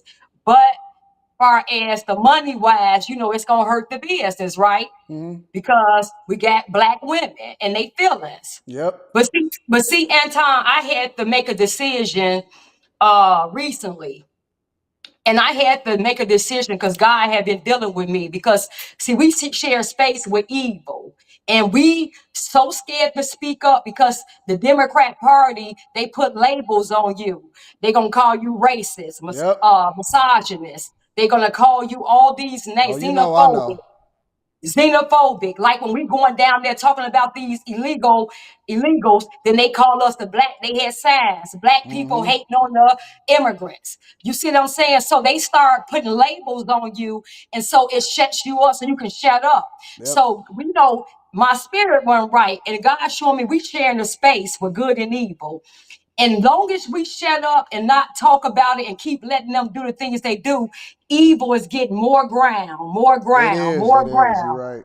And we're good is being right here, and evil is gaining all this ground because we scared to hurt our business. We are putting money first, like Roland Marlin and D.L. Hewley, all these sellouts. Mm-hmm. We want to put money first. And so now we not even speaking up with God and saying what's right, even the church. Not even speaking up and saying what's right, what God say. So I had to make a decision. And God, he was on my heart, he put it on my heart. Listen, you going money, you thinking about money as far as this business or whatever, and your business, look, Anton, and the funny thing about it is the clients already crying. This 3 years, everybody broke. Yep. So they crying Yep. to me anyway. Then can I make payment plans? Can I do it? So everybody broke. People who had great jobs gotta get second and third jobs. You see what I'm saying? People who were trucking, I had women with trucking business, buying trucks and everything. They had to sell them. So so we are already in a crisis. So it was like you gonna keep shutting your mouth, not saying nothing because of a business, a so-called little business, or you gonna do what I tell you to do because somebody gotta speak up. So I had to make a decision, Antoine. God, is you first. I will speak up against evil. I will speak up against what's wrong, what's not right. And it is what it is. If my business hurt, which it have, then oh well. It is what We it is got at to this get point. some more visibility. Are you on Instagram and social media and stuff like that? Yes. Give me your stuff. Give me your stuff on Instagram and social media. Oh, okay. Because you got over 7,000 people watching this right now. So okay, I have my YouTube. I just started that because and the moderators is gonna put the links in the chat as you mentioned them. Okay, so wait a minute, let me just say this. My YouTube, I just started that right at time because I've been going live on TikTok because they want to see it. And TikTok gonna censor you. They block my live when you really trying to show what's going on in these council meetings. So they block you. So I had started a YouTube. So my YouTube channel is Danielle Carter 1756. Danielle Carter 1756. So one of the And moderators in the chat, y'all find that, put that in there so that y'all can make sure that y'all get her all of the visibility and show her some love. What about your other stuff? What about your other social media? My Instagram is underscore you, the letter U, against you fitness. So it's you against you fitness. Okay, y'all put that in there. And then what else? What else you got going on? And my Facebook is Danielle Carter Walters.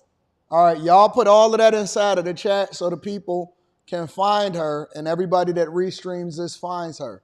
Because we want to get her more visibility, we want to get her more clients, and we got to bless her as a result of, what she's doing for the people and that she's actually advocating for the things that's righteous and what's best for the people of Chicago. Let me ask you another question. What is it like on the ground? Because we see what the news puts out, we see what some people on social media is documenting, but you guys have experienced a lot over the last 3.5 years. What is it like on the ground with the migrants that was coming in, with what was happening as far as them being bussed in and the police stations and all of that? What was really happening and what was the experience from people that actually live in Chicago? Okay, so when they start busting them in, so he was talking all that stuff. So Abbott, so I watch your show, right? So you was already telling people 2 years ago or whatever, exposing what the media wasn't telling nobody. So you were showing that they were busing migrants in Chicago, and you were showing how they were coming over the border when the media wasn't talking about it. So we've been seeing them coming in over the border through Texas. I have watching your, channels like yours. So we knew the media was lying, but until Abbott started busting them into these sanctuary cities is when we really got a wake-up call. You know what I'm saying? And it shined the light to show that you all wasn't lying, that people on the ground not lying. Abbott wasn't lying. The false media was lying. So when they started busting them here, my husband, he worked at headquarters, but I was training a lot of police officers. And you would not believe how the police stations were. So they had sleeping bags all in the police station where the police officers couldn't even walk in the police They station. have sleeping bags in the police station? On the floor, in this police station, on all over the floor, wherever you can find the space, you got it. Not only that, they were allowed to put tents in front of the police station, right? I never seen nothing like this in my life. So they were packed up in the police station. The police couldn't even walk. They had to come in through the back. And this is mostly every police station. They were in the front with tents. Anton, these people were drinking, smoking weed. No, outside, the migrants? Man! Wait. The migrants was drinking and smoking weed? Seriously? Cutting hair. They sit down. They got a whole business outside. They cutting hair. You gotta sit down. You gotta. Anton, I'm sure it's videos on YouTube. If you go back, because it was a couple of people showing. Yeah, so they cutting hair on the front. You know, they paying. So I asked one of my clients because they were just disgusted. Police officers. Anton, you should see the mental strain and just the physical strain that it put on the police officers. So they couldn't arrest them and they were fighting and things like that. So, and if why couldn't they arrest them? Huh? Why couldn't they arrest them? I guess they got orders to stand down. Wow. They couldn't arrest them. So they were literally, if they got into a fight with another migrant outside, and the police got to come out and try to break them up, they would start fighting the police. Not only that, you had people in the police station tripping the police so they can't get out there to get to the people. And it was a big old thing. I'm talking about, this is from police officers that I trained. They couldn't believe. They said, Danny, I never seen nothing like this in my life. A lot of them retired. The ones who had time got up out of there. So they left. But y'all already got a police shortage. Thousands of police officers shortage. And then they also still trying to manage this budget while at the same time increasing property taxes. Man, and so getting about that. So now, Anton, with that, so now they took over the police stations, right? Then they start trying to put them in our field houses and the schools that they closed up because they said they didn't have the money to keep the schools in our neighborhoods open. We fought that with Rahm Emanuel, but now they put them in our neighborhoods. So we talking about functional field houses where the kids go to, where the elderly go to, all of these places. They were taking our field houses and housing the illegals in there, papering them up. Now, while they're housing there, they outside, Anton, music all night. I thought I was a little Venezuela. I thought I was a little Venezuela. Let me tell you this. They had boom boxes set up outside of the field houses. They were outside all night, drinking, smoking. They had their little girls with them, selling food. Migrants? Illegal migrants. Selling food. Now the neighborhood, they keeping the neighborhood up with the music because the music, they off the chain with how they party, but they sit up there. So the neighborhood, we steady, man, everybody complaining. And so that was when they were in that was about a year ago when they were in the field houses. All you had, one guy showed on here, his name was Franchise Pearson. He used to show where they had the needles all in the park, like after they queued up. Yes, he would show videos. So this is what they were doing, selling food and stuff outside the shelters, the field houses that they took from us. Now, after that, they tried to put tent cities in our neighborhood, big old tent cities that house at least 2,000 and more people. And just in our neighborhoods, big old tent cities. So I was outside protesting in Brighton Park. They tried to put the first one in there up there. We were outside protesting. So they wasn't able to do that. So I guess he let that mission go. But then now they started, they housing them. So it's like apartment buildings that's around me. Oh, you see them walking down the street. You see them, they all around here. Not only that, all the jobs that these black people was talking about, that Trump was talking about, these black jobs that our neighborhood kids can get when they come home for college and things like that. Oh no. Oh, when you go there, church's chicken, all Hispanics or illegals. I say illegal. Dollar Generals, jewels, everywhere in our neighborhood. All you see is them. Then the problem I had was, it really got me mad, Anton. Now look, me and my husband pay big, like, my thing is I try to educate our black women, because I train women. My husband, like, you ain't training no man. You ain't training no man. Right? So I'm training the women. So I'm trying to educate the women to be healthy, especially our black women and their kids. And then I'm in the basement of my house doing all this.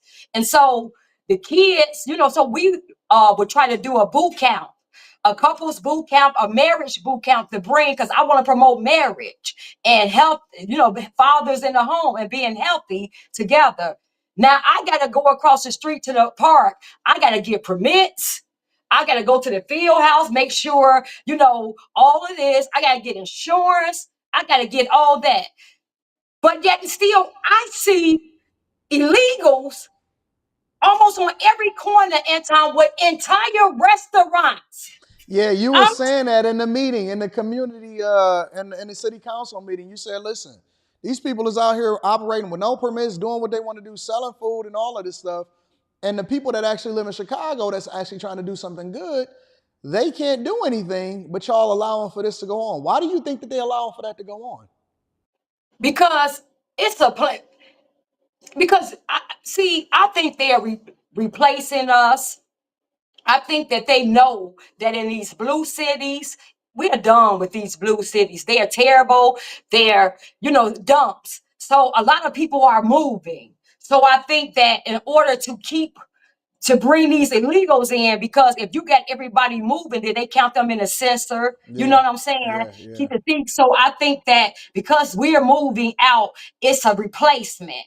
And then the thing about it is they're taking people homes, black people homes. Like, that's what Miss Jessica, her she big was telling thing me about that. is Zoe. They're taking people homes that's paid off. They're taking their homes and elderly homes. So what they didn't know was that the elderly people that they tried to take their homes, that they had kids. Miss Jessica was in California. Zoe was in Atlanta. They didn't know that they had kids who wasn't going. And now you got Miss Jessica and now you got Zoe who, like, really? Y'all gonna try to take my mama property? See, so they weren't banking on having the people that their kids was gonna come in and do what they did. So yeah, they're taxing us out of our homes. And then the slap in the face, Anton, that with these Democrats is in Chicago, they had the nerve while we're being taxed out of our home. Do you know how I hear you talking about it. You like, I'm not gonna be affected because while y'all homes being foreclosed, we buying them up. You see what I'm saying? Which is why I tell people that they don't need to be voting for these people that's in office. Right. So people are losing their homes and apartment buildings. The landlords are going up sky high on the rent because they getting taxed. So and then they letting the immigrants in because the city paying big money for them to house them. In these apartment buildings. So we're being taxed out of our homes, and then you got the Chicago mayor had the nerve to go on TV, and they did a press conference about celebrating that illegals that been here about 5 of them that been here only 2 years are first home owners. Yeah, I seen that. And you know what the funniest part about that is? The churches is helping them do it. The church is helping them do it. Now, when we were out there about a year or two ago, talking about how they were taking our field houses and taking our resources and taking everything that we just had in the neighborhood and we already, our taxes already went up, insurance, home insurance and everything is sky high. Let's just talk about the economy is terrible. So the churches wasn't saying nothing when we were outside protesting about them taking our facilities and our resources. They was quiet about that. But and these mega churches, that's why they're a disgrace. But yet and still, you all gonna get behind Brandon Johnson and behind him talking about we have to help these people. What would Jesus do? Man, please. Listen, let me ask you a question. I got a couple more questions for you. The first one is, did Brandon Johnson change? Because when he was running for mayor, I was of the impression like, nah, this guy can't do it. He's gonna be worse than Lori Lightfoot, right? Did he evolve in this short amount of time since he's got in office? And did he trick the people, or is he exactly who y'all thought that he was prior to electing him to be mayor of Chicago? Well, I think he tricked the people because him, like, if you notice, P. Ray and Carter Trust, they were the ones knocking on doors to get him in. Yep. You know, so, but my husband told me, say, because he knew he wanted to defund the police. He wanted to send councils, like, you know, defund the police and domestic, when they have domestic things or whatever like that, he want to send caseworkers to them. He said, man, you in Chicago, you sit up there, domestic are the most dangerous situations. You go sit a caseworker or somebody up there talking about, you know, a man trying to beat his wife or whatever. Man, please. So he had already said no. So the police wasn't with it. But because Chicago and Black people, we are so brainwashed because it's always about Black and identity politics. He was a Black man going against this white man, even though the white man had better policies. But he did campaign on, and he promised this. No he new would property not raise. taxes. Yes, Yep. he campaigned on that. I was following the whole race. Yes, so he did. So he did a lot of lying, but he's a progressive. So if you looked at what he was about, the CTU, all of those, they all need to be dismantled. So if you're a teacher, dude, you don't have no experience in what's in running a city, the biggest, one of the largest city, dude. Come on, you was a goofy, and you from LG. You're not even from Chicago, the West Side. We know you not. So, you know, you didn't get attention. You should see his pictures, right? He didn't get attention, so you know that this is probably the most attention he got. That's why he's standing up there with those suits on, with that mohawk that he need to. I don't understand that mohawk. That is the weirdest thing to me. You in a public office in the largest Midwestern city with a mohawk on, representing the city. That's crazy to me. And you see, so it just shows you how brainwashed and how messed up we, you know, as the citizens and Black people in these Democrat city strongholds, how brainwashed we are, because we didn't look at his policies. We didn't look at like everything to see that he had no experience. So we just voted on identity politics. And now look at what we got. We got Tiffany Henyard in Dalton. Oh man, Tiffany hate me. Tiffany Henyard hate me so much. Brandon Johnson, I heard from people that's in his office, I heard that he absolutely despises me. He despised you, Anton? Mm-hmm. Okay, so I hope he's watching, because I'm gonna tell him. Let me tell him. Tell your boy, Porky and you, we not playing with you. Let me tell you something. And I'm serious, because I hope he's watching. We not playing with you and your whole administration, all y'all Democrats. Y'all gonna sit down in the corner for about 20 to 30 years and time out. Until y'all understand, don't you ever play with American citizens and Chicago citizens again. So you're going to sit down in that corner for about 20 or 30 years. Because I see on the news or whatever, y'all still haven't learned why y'all lost and why that fake black lady why Trump just mopped the floor with her. Y'all still haven't learned. Talk your So talk. because y'all going after our men, because they men, and y'all going after the Hispanics, y'all going after the black men who didn't vote for y'all. So y'all still using identity politics and division to try to divide us. So y'all still haven't learned. So y'all gonna go sit in the corner and y'all gonna think about what y'all did for about 30 years, 40 years. I don't know because I want red, period. Now, we're gonna flip Chicago, Rick, because we're not playing, we're not stopping. The next is that governor seat. Your seat, Mayor Johnson, I don't even know if you're gonna make it your full term. And those aldermen, we call them disgrace 50. Y'all getting up out of there. And if you're not working with Trump, we go in there and we're gonna ask Trump to audit y'all. Because if he send a DOJ to y'all and we know that y'all been stealing money, that's all he gotta do. Because I believe that it has to be they stealing money, because there's no way in the world for me is no way that they can justify spending almost $1 billion on migrants. They got a budget deficit of $942 million. And they're sitting there playing in front of the people's faces, acting like everything is cool. Danny, let me get one final thought from you. I plan on having you back on the show in the future. I think that you're a phenomenal guest. Let me get one final thought from you as far as what you want the people to know about what y'all going through in Chicago and why y'all feel the way that y'all feel about what's happening. Okay, so I know the women, because I just saw your show and you talking about the women cutting their hair and they want to do all that. That's insane to me. I don't understand that. I don't get it, but because they're not hurting nobody except for themselves. But it is what it is. So women, let me tell you something, men. If they want to do that, don't worry about get you conservative women. Because women, this is y'all chance to go get those men that they talking about they don't want and all that, who conservative men who saved the country. Y'all conservative women, go get with them. Raise a family, get married. That's y'all time to get these men. Let them be out there and be childless cat ladies. So what we're going through in Chicago, let them be challenged ladies. They gonna learn.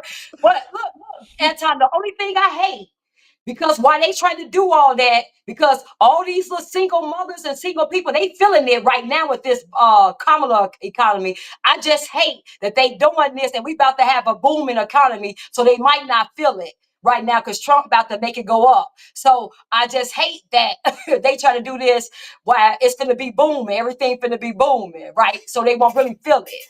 But what we're going through it, so I know y'all mad at our men and things like that, but our men did what they had to do to save the country.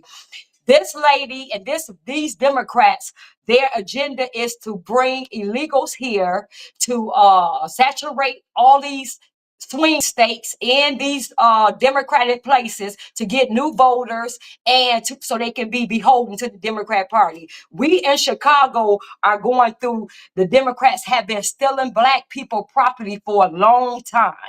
They've been just taking it, and it's usually the elderly. So they don't know their property is paid off. They don't know. So they don't know, because it's a lot of them coming up there with the same problem. So they have been doing that. They allow these illegals to come in and establish business. They're papering them up. Like Anton said, these people are getting business. I have businesses all in my neighborhood where they selling, now you got food business where they selling tacos and everything. We talking about brick and mortar business they're establishing. They got food trucks. So the Democrat, all our food stamps, they getting these food stamps, so they have no overhead. They're not paying taxes, so they get to all their money as a profit. I can't even do that because I got to pay big taxes. So we can't go in the street and sell because they're going to ask us, do you have a permit? Do you have a peddler's license? The food and sanitation going to be up there. We selling hot food. They allow them to do that. So they get businesses, you all. They establish this business while buying their food with food stamps and things like that off our backs.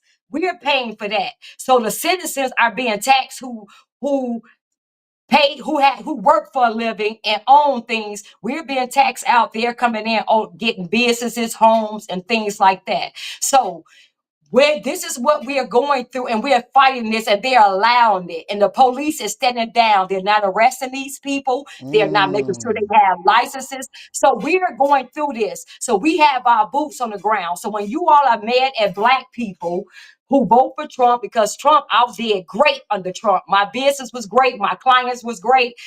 Everything was great.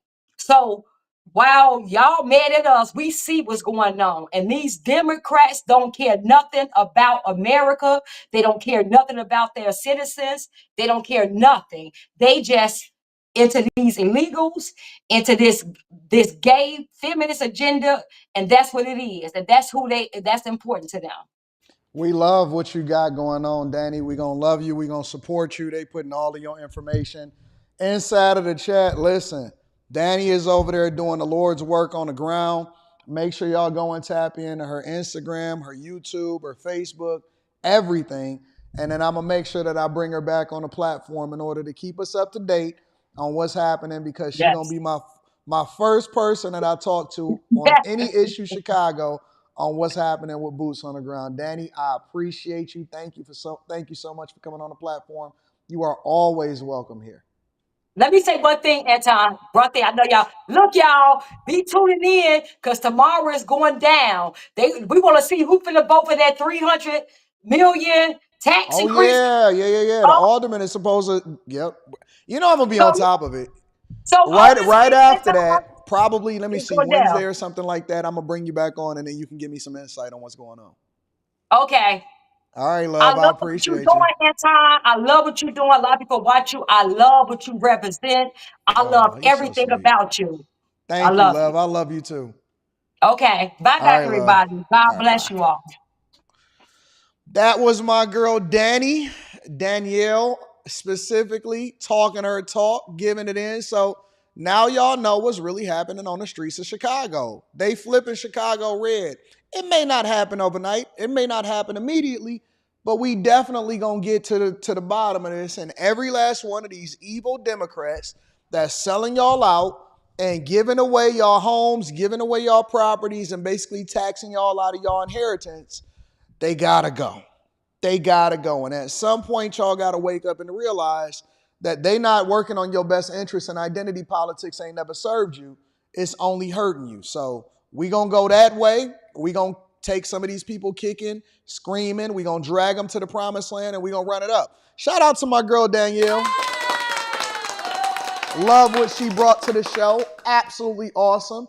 Sean, I appreciate you. Says, AD, do you think they need to have a military presence at the border at all costs like they protect Area 51? Also, do you think they should shoot if they cross over illegally after the warnings? No, I don't think that they should shoot. I don't think that they should take anybody's life. But they definitely need to arrest them and send them back to where they came from. So I think that we could definitely leverage our military for more important things than the things that they got them over there for in the first place. Mr. Davis says, what do you feel about Google Coursera courses for software development? I think that you should get into YouTube universities first, and then maybe a community college, and then just go from there. Google Coursera is fine, though. Shout out to my dog, Geo Black. I appreciate you, bro. Over the weekend, my crypto portfolio gained another 1.5 Bitcoin, making my crypto portfolio over 9 Bitcoin. On Friday, I told that KB in the chat about a coin named 88 that looked ready to break out, and by the weekend, it soared over 45%. Woo! Whoa, y'all need to get inside of the Discord and the Patreon. The link is in the description. Maurice Maddox says, North Korea does not have a border problem. Put guns on the line. Check out Big Wart, the genius, on YouTube. Thank you, my friend. Maurice also says, also I have 10K to invest. I need help. We'll talk about it. Zeroice08 says, Anton, I have a few individuals that have worked for me, and they are very qualified. I will send them the information, and y'all can take it from there. They are young go-getters. Shout out to my dog, Zeroice. I appreciate you. Carla R, for the people that may not understand what we're talking about, I was talking earlier in the stream, so you might want to rewind it. about what I'm hiring for, how I'm hiring, what I'm looking for, and all of that. Carla R says, we hear you, sis. They love her. They love Danny in the chat, all right? Bugs, though, shout out to you for the 10 ball. Andre Andrews says, they say the Republican Party vote because of racism and sexism, but I hear nothing but policy and family being the reasons from Danielle. I agree. Cap, what up, Cap, says, just like the homeless issue and the migrant crisis spurred in the industry, NGOs getting taxpayer money supporting migrants are funneling it to the campaign. Ask her for, oh, come on, man. Y'all got to stay focused. Y'all got to stay focused. Just because somebody is pretty don't mean that you ain't supposed to be focusing on what it is that they saying. 86 Train says she ain't capping. The migrants getting more help than the homeless. There was a mini documentary where a retired lieutenant was telling it all about Chicago's bull. Florida Panoramic says migrants at the station and go fight crime. My girl Messi says young Venezuelan girls selling tail and telling it all. Andre Andrews says keep promoting abortion to the black people and calling it liberation, bring in a new voter class and give them free resources. Tax blacks out of their own neighborhood. Danielle Evans says don't forget about hundreds of migrants right outside of the Home Depot selling drugs and consistently asking for money. Johnny V says she needs to also talk to her fellow community members because they sure voted blue again last Tuesday. Seeker of Truth says Brandon fooled me as well, but he won't be getting my vote again. No more voting for the Democrats. Maddie Ghost, Bitcoin, all-time highs. Gary Gensler, your anti-crypto policies are null and void. SB21 is toast. You're fired. Take your stress ball on the way out with you. Shout out to Solana. Say Solana is next. Phoenix Blaze says, I live in Thornton Township, so if you need help getting rid of Henyard, please contact me. She has to go. I might have to talk to you about that, Phoenix. We got to talk about it. They're going to be smoking that Democrat pack in the Chi. Master Irrigation says, F them talking demos, 304s, they losers, let them stay mad at us. We bleed red. Nick, shout out to Nick Tay. Nick Tay says, yo, she on point like Stacey Adams. Great comments. J. Ben, my dog, says we need her in Ava versus Trigger and Jamisha. Kenya from Cali, excellent content time. Thank you and Danielle for all that you do. I appreciate you. My dog, Kosher Clinician, says Trump Train 2024. Shout out to everybody that support the platform. I appreciate y'all. I love y'all. We got to continue on with the show. So speaking of migrants, let's talk about it because a lot of people are scared. They say they scared. They say they don't know what's going to happen because of this mass deportation and Trump finally putting in place things to solve for the issues that y'all been complaining about. Make sure y'all hit a like for the algorithm, subscribe to the channel, and turn on your notifications. Let's rock out. 10 minutes to the top of the hour, everybody. And with the presidential inauguration just 70 days away, some cities along the U.S.-Mexico border say they are preparing for an influx of illegal crossings. Down in Texas, authorities are also concerned about an increasing number of unaccompanied children making their way to the country. News Nation's Jorge Ventura is live for us in Eagle Pass, Texas this morning. Jorge, what's happening with these migrant groups? So, Marky, I'm here on the Eagle Pass border. It's one of the deadliest crossing points throughout the southern border. And authorities here, Texas DPS and Border Patrol agents, are already seeing those migrant encounters rise, but also a growing number of unaccompanied children. Just this past weekend, Texas DPS did encounter a group of over 100 migrants, including 13 children traveling alone, some young as 7 years old. These children often rely on strangers to be guided through cartel-controlled areas, adding extreme risk to their journeys. Now, Texas DPS reports a surge in unaccompanied minors, with over 100 arriving alone in the first half of October, many marked with colored wristbands by cartels signaling payment for crossing through those dangerous areas. Now, when these children encounter authorities, they often have notes with them with sponsor addresses. Sometimes that address is actually written on them. Recently, a group of unaccompanied minors was found with addresses to sponsors in states like New York, California, Colorado, and Florida. And as of November 1st, the Department of Health and Human Services is caring for over 6,000 unaccompanied children. What world do we live in, bro? What world do we live in? I'm not even sure if we living in 2024 or if we living in 1904. I don't even know what the hell is happening anymore, man. It's so much chaos. It's so much craziness. They rushing the border in order to try to get over here before Trump take office. But then how is that going to benefit you? Because right after Trump takes office, he's getting everybody up out of there. And so now they sending unaccompanied minors with addresses written on them, and they got to cross over the... This is crazy. It's crazy, man. Working to reduce the average stay of 34 days while prioritizing their safety. And with more children traveling alone, the surge is a reality here in Eagle Pass, and authorities say they are prepared for a larger migrant influx ahead of January's inauguration. And Jorge, with the numbers increasing, do authorities have some sort of plan in place if the surge continues or even escalates? So authorities are telling us that they're bracing for all scenarios here. Texas DPS is doubling down on Operation Lone Star. Texas DPS also telling us that they have mass migration teams just in case of that larger surge in Brownsville and El Paso. National Guard alongside local law enforcement is already running intense battle-ready drills. Captain Daniel Manning of Task Force East says these exercises keep these teams prepared for a swift, coordinated action if these larger groups arrive ahead of January. Now, in Eagle Pass, National Guard soldiers from Texas and Louisiana are mortar fighting key sections along the border with razor wire and expanding the border wall in Cameron and Maverick County. And officials say that these measures can help manage the surge, but Oh, now they want to expand the border wall. Remember when Biden first got into office and Biden said, listen, now that we got Trump up out of there and we stole the election, because again, there's no way in hell you ever going to convince me, and in no way, shape, or form are you ever going to convince me that Biden got 81 million votes, especially during a pandemic. No way in hell are you ever going to convince me that Biden got 81 million votes during the pandemic. I'm not going for it. You're never going to sell me on it. No way, shape, and how are you ever in any way, shape, or form going to tell me that Biden got 81 million votes, 12 million more than the next closest competitor, which was probably Obama. Nope, I'm not going for it. But what's waiting on people now that Trump is saying, hey, we need to be careful. If you still want to come over here and you still trying to get up in here and you're not paying attention, you're not trying to make your own country great again like we trying to make America great again, they saying that kidnapping and extortion is awaiting for migrants that's at the border trying to get over here illegally. Check it out.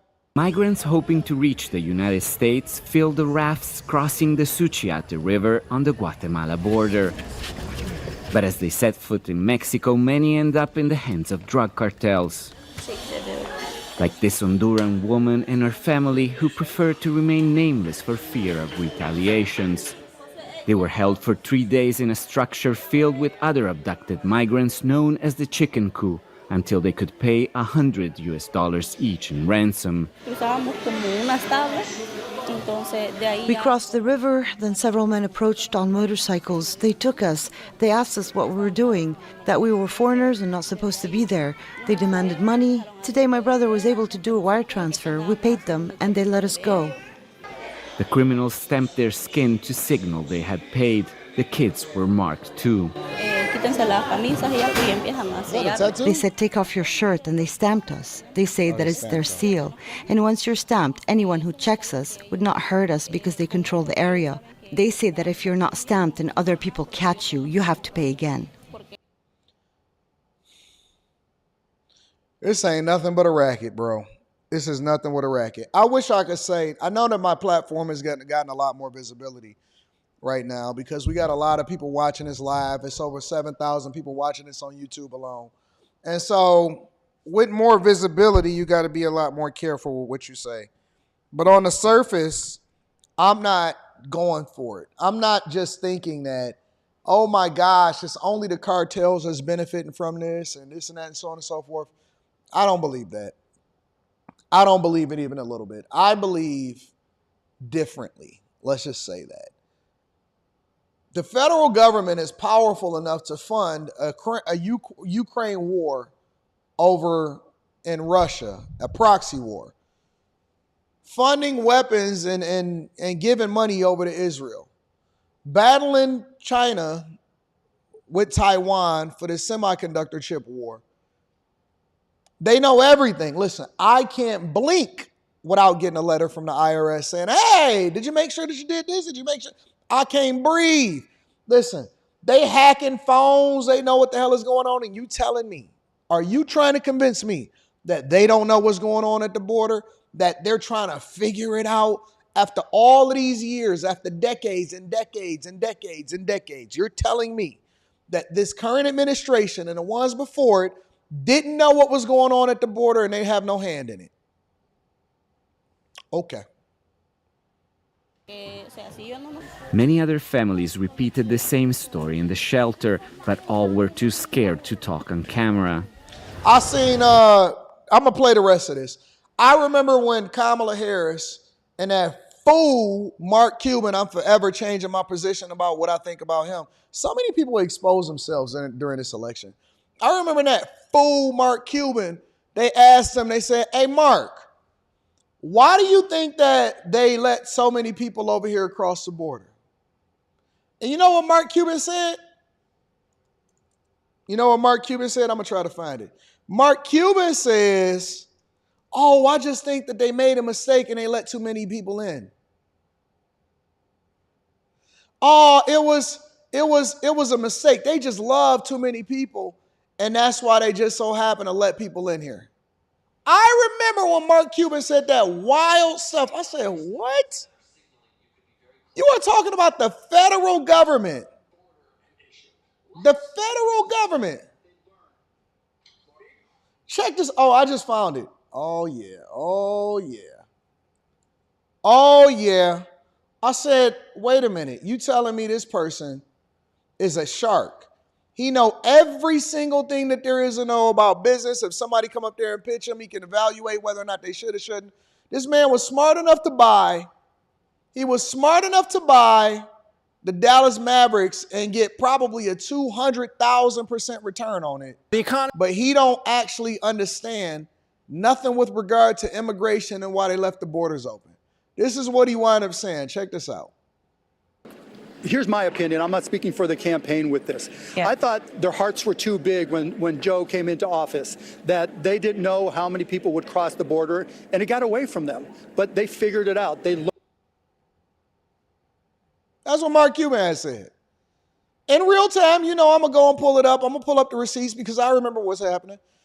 He said, oh, you know what? Their hearts were too big, and it got away from them, but they figuring it out. Chiapas was one of the safest states in Mexico, but crime groups have arrived in recent years to take advantage of the lucrative migrant smuggling trade. Mexico's government likes to highlight its success in stemming the flow of migrants, but what everyone here will tell you, albeit in a whisper, is that it's organized crime that controls who moves here, while the authorities turn a blind eye to it. One person who is not afraid to speak is Father Ayman Vázquez, a priest in Ciudad Hidalgo who has spent 2 decades defending migrants. During the previous administration, there was violence against the migrants, but it was hidden, not now. Now, they do it in front of everyone, for everyone to see. The kidnappers' trucks park in front of the municipality and take the migrants away. The municipal police, the National Guard, and all the authorities know what's happening. They are colluding with organized crime. A terrifying. I don't see nothing but men in that crowd. I don't see nothing but men in that crowd. Hey, ladies, didn't y'all say that y'all wanted to divest against black men? There you go. Hey, they said that they passport sis. They said that they divestors. There you go. He got on a Bad Bunny t-shirt or whatever it is, Angry Bunny, Hollister, Jordan hat. Look at all of these guys. I see nothing but pretty much all men. I think I see one woman over there on the left. One woman over there on the left, maybe one next to her. Other than that, this is all men. All young men that are walking into this country and taking it over and doing what they want to do and doing what they was doing in Chicago, smoking weed and doing everything that they wanted to do. It's just crazy. Y'all better gird up. Y'all better get aware and y'all better gird up. I'll read some of these super chats and then we're going to continue over with the show. Clint saying, shout out to Clint. Clint then says, in Springfield, they eating dogs and they eating cats and they eating pets.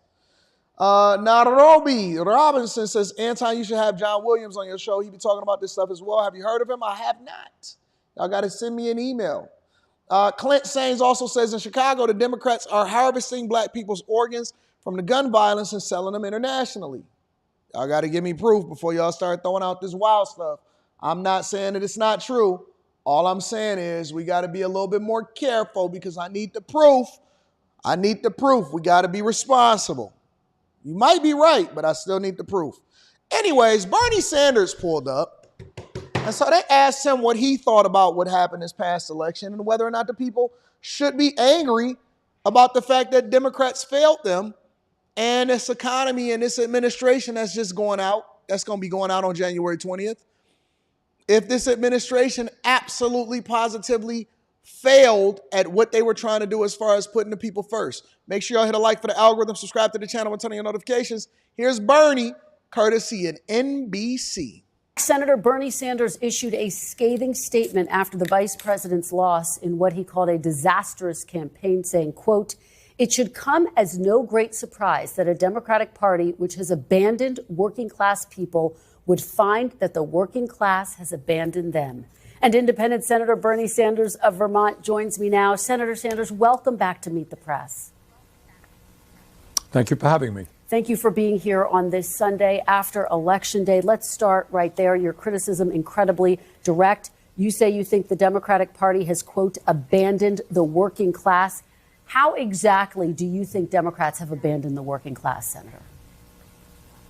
Look, the working people of this country are extremely angry. They have a right to be angry. In the richest country in the history of the world, today, the people on top are doing phenomenally well, while 60% of Americans are living paycheck to paycheck, and millions of families worry that their kids are actually going to have a lower standard of living than they do. You got the top 1% owning more wealth than the bottom 90%. We're the only major country on earth not to guarantee health care to all of our people. 25% of our seniors are trying to live on $15,000 a year or less. We have the highest rate of childhood poverty of almost any major country on earth. And the gap between the people on top and everybody else is getting wider and wider. And then, Kristen, on top of all of that, we got a corrupt campaign finance system which allows billionaires to buy elections. So if you're an average worker out there, you're saying, hey, I'm working longer and longer hours, going nowhere in a hurry, worried about my kids, and yet the people on top have never had it so good. Where is the Democratic Party? Are they prepared to stand up to these powerful corporate interests, raise the minimum wage, fight for health care for all people, make sure that all of our kids get the quality education that they need, expand Social Security? Are they prepared to do those things? That's the issue that we have to address. Well, listen, Bernie is wrong, as usual. Bernie is out of touch, as usual.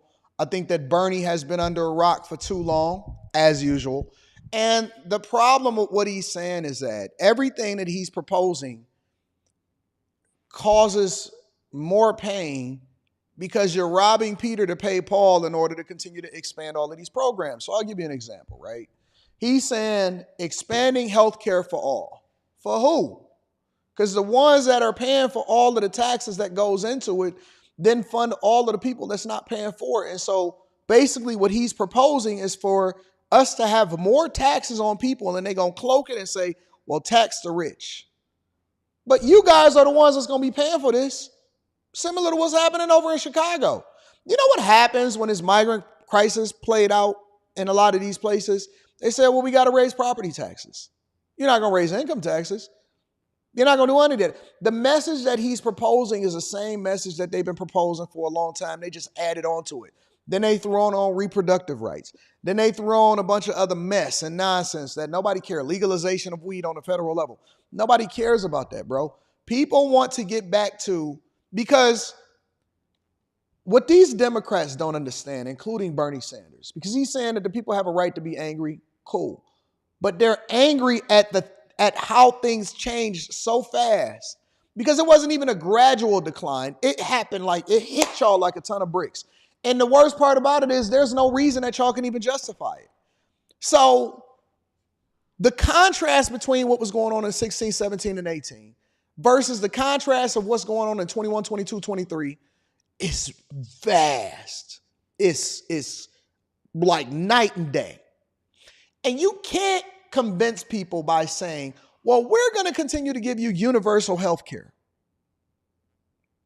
Isn't that what Obamacare is in a sense? You can't convince people by saying, well, we're going to expand Social Security. People are focused on the now. If you can't tap into what people are experiencing right now, then because people don't really even want Social Security. Social Security, I hate to even have this conversation. Social Security is a stopgap. It was created as a result of people that never really had anything, but then you needed government subsidies and government assistance to continue to make sure that you could live your life. So what happened was when they instituted it, it was never going to be fully funded because it's a Ponzi scheme. Social Security is something that we've now instituted into our lives, but it's a Ponzi scheme. And the reason that it's a Ponzi scheme is because you have to rob me at at 18 through 70. So for 52 years, you got to rob me to make sure that the person that came before me can be taken care of because they didn't pay into the system. Okay, so now when it becomes my turn, then the Democrats and all of these people are saying, well, we got to make sure that Social Security is funded. So I paid into it all of these years, but I paid into a Ponzi scheme. So nothing is there for me. And what happens is, unfortunately, the people that aren't even born yet, think about that for a second. People that aren't even born yet are, before they come into this country or before they even leave their mama's wombs, are going to be designated to make sure that they're overly taxed to pay for myself and the people that then come after me because A, I really do deserve it because I paid into it. But B, there's nothing else left for me because they took all of the money that I put into it and they gave it to somebody else. So we don't have these fundamental conversations. And I think that we're disrespecting the American people by not being honest with them. The reason why Donald Trump won the election is not just because of his policies. It's also because he's authentic.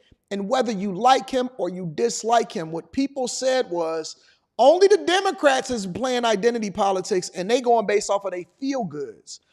Republicans or people that voted for a Republican this election says, I don't have to like you. I don't even have to align with what it is that you stand for. And I don't even care if you grab somebody by her crotch. What I care about is whether or not you're going to fix this situation.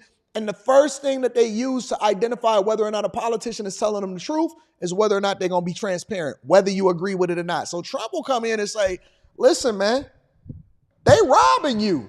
Your school systems is shot. The community is broke. Police ain't got enough funding. We need to make sure that we recruit. We need to get these people out of here. We need to stop spending money on it. And so he'll just be real like, listen, you broke, you dusty, you stupid. And at first people are jarred by it and they say, I don't like the way he talk. But then when they get their paycheck at the end of the week, they be like, listen, I didn't like the way he said it, that he made me feel, but at the same time, he kind of right. When I walk down the street, my kid ain't really safe. And the police, when I tried to call them, they didn't really appear. But I remember now y'all said defund the police because y'all was on this identity politics train and y'all rocked out with Black Lives Matters that turned out to be a Marxist organization that robbed y'all and didn't show up inside of y'all neighborhoods. And so these people are out of touch. They're so far removed from what really is supposed to be happening that you can't convince them. They're old, they're busted, they're dusted and disgusted. Nobody cares about tampons inside of somebody's bathroom. Nobody cares about reproductive rights when you can't feed your family. When the majority of the people that are getting unwanted pregnancies removed is people that are operating in poverty anyway, and they don't even care. They don't even show up to the polls. Nobody cares. And so people are angry because they broke. And they're not broke because they don't want to work.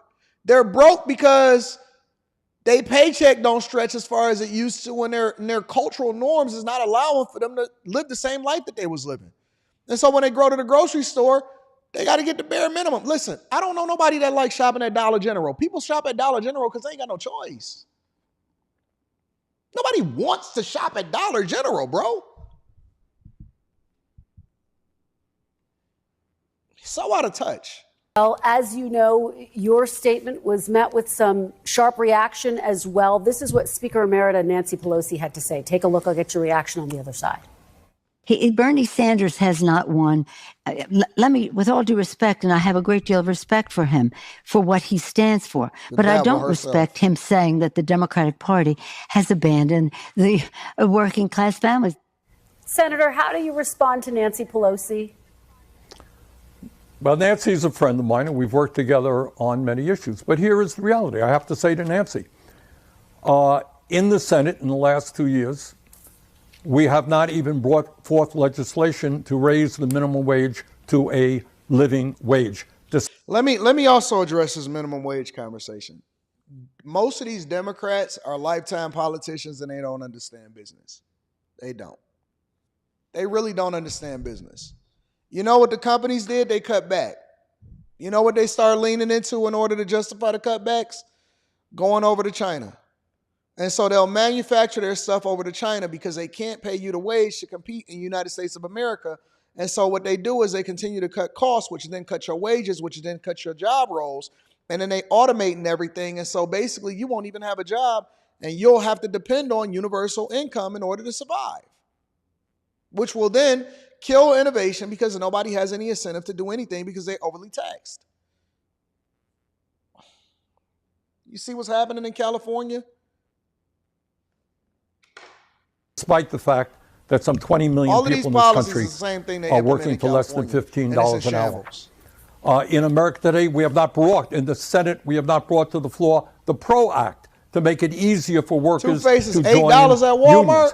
We're not talking about defined benefit pension plans so that our elderly can retire with security. We're not talking about lifting the cap on Social Security so that we can extend the solvency of Social Security and raise benefits. Bottom line, if you're an average working person out there, do you really think that the Democratic Party is going to the mats, taking on powerful special interests and fighting for you? No, I think the overwhelming answer is campaign. no, and that is what has got to change. The only thing I agree with. Senator, let me zoom out and just ask you about these results. You've heard some of the reaction throughout the Democratic Party.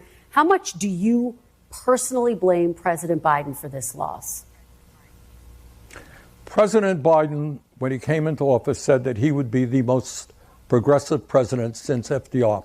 And I think on domestic issues, not foreign policy, on domestic issues, he has kept his word, and the agenda that he has pushed through has been an extraordinarily strong one. But that agenda has got to be placed within the overall context of American society today. And that American society today is one in which tens of millions of working families and elderly people are struggling, while the people on top have never had it so good. But, Senator, should he have gotten out of the race more quickly, as some are arguing? I supported him because I think his agenda was a strong agenda, a working class agenda. I'm not going to look backwards. Kamala ran a strong campaign. She did everything that she could. She decisively won the debate. So to me, it's not just about the campaign. It's about what does the Democratic Party stand for? Do ordinary people say, yeah, that is a party that is fighting for my interest and prepared to take on the big money interest who control the economic and political life of the country? That's to me what the issue is. Yeah, we're talking a lot about the economics. You've talked about how the Democratic Party is out of touch when it comes to economic issues. Some Democrats are saying it's not just economic issues, it's cultural issues as well. Here's what Democratic strategist James Carville had to say. Take a look. What killed the Democrats and what killed Biden. Hold on, wait. This guy's a Democratic strategist? Do he even got teeth on the bottom? Yeah, see, Democrats need they need to do a whole redo. They got strategists whose collars are still drunk. Look. I don't want to talk to no strategists that got the 1940s headsets on. I don't want to talk to a strategist that got drunk collars. I can't. How are you going to be a Democratic strategist? The strategist should be Anton from AntonDaniels.com. Hey, if y'all want to win next time, send me some money. Send me some money. I need that bag. I need that bag. 40 M's can get it done. 40 M's can get it done. I promise you. 40 M's can get it done. No, I don't want to talk to no strategist that ain't under 60. You got to be under 60 to be a strategist nowadays. Biden was a sense of disorder. And part of the sense of disorder was the unfortunate events of what I would refer to as the woke era. Has the Democratic Party's focus on identity politics gone too far, Senator? Let me answer it this way. I think y'all said I ain't no sellout though? Since when? Why ain't no sellout? Y'all don't think I would help the Democrats for 40 million? I ain't saying they're gonna win. I help y'all get a better strategy. Who said that I wasn't no sellout? I just ain't got a high enough offer yet. Look. I don't think that I would sell out, but then when you show me all of them zeros, I might change my mind. If Beyonce can do it, if Meg Thee Stallion can do it, if Glorilla can do it, why y'all hold me to such high standards? Look, at least if I sell y'all out, I'm going to sell y'all out for a high number. I'm going to sell y'all out for a real retirement package. I'm not going to lie to you. If the number is big enough, I might have to take a pause and say, So when y'all say,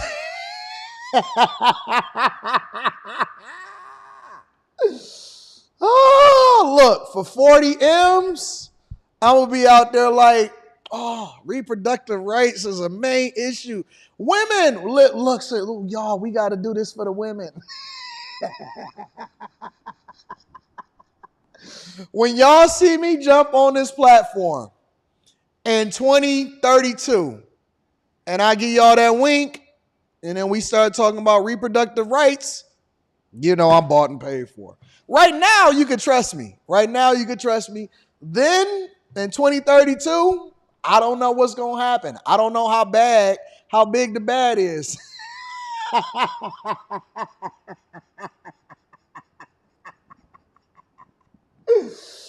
Oh, if I give you that wink,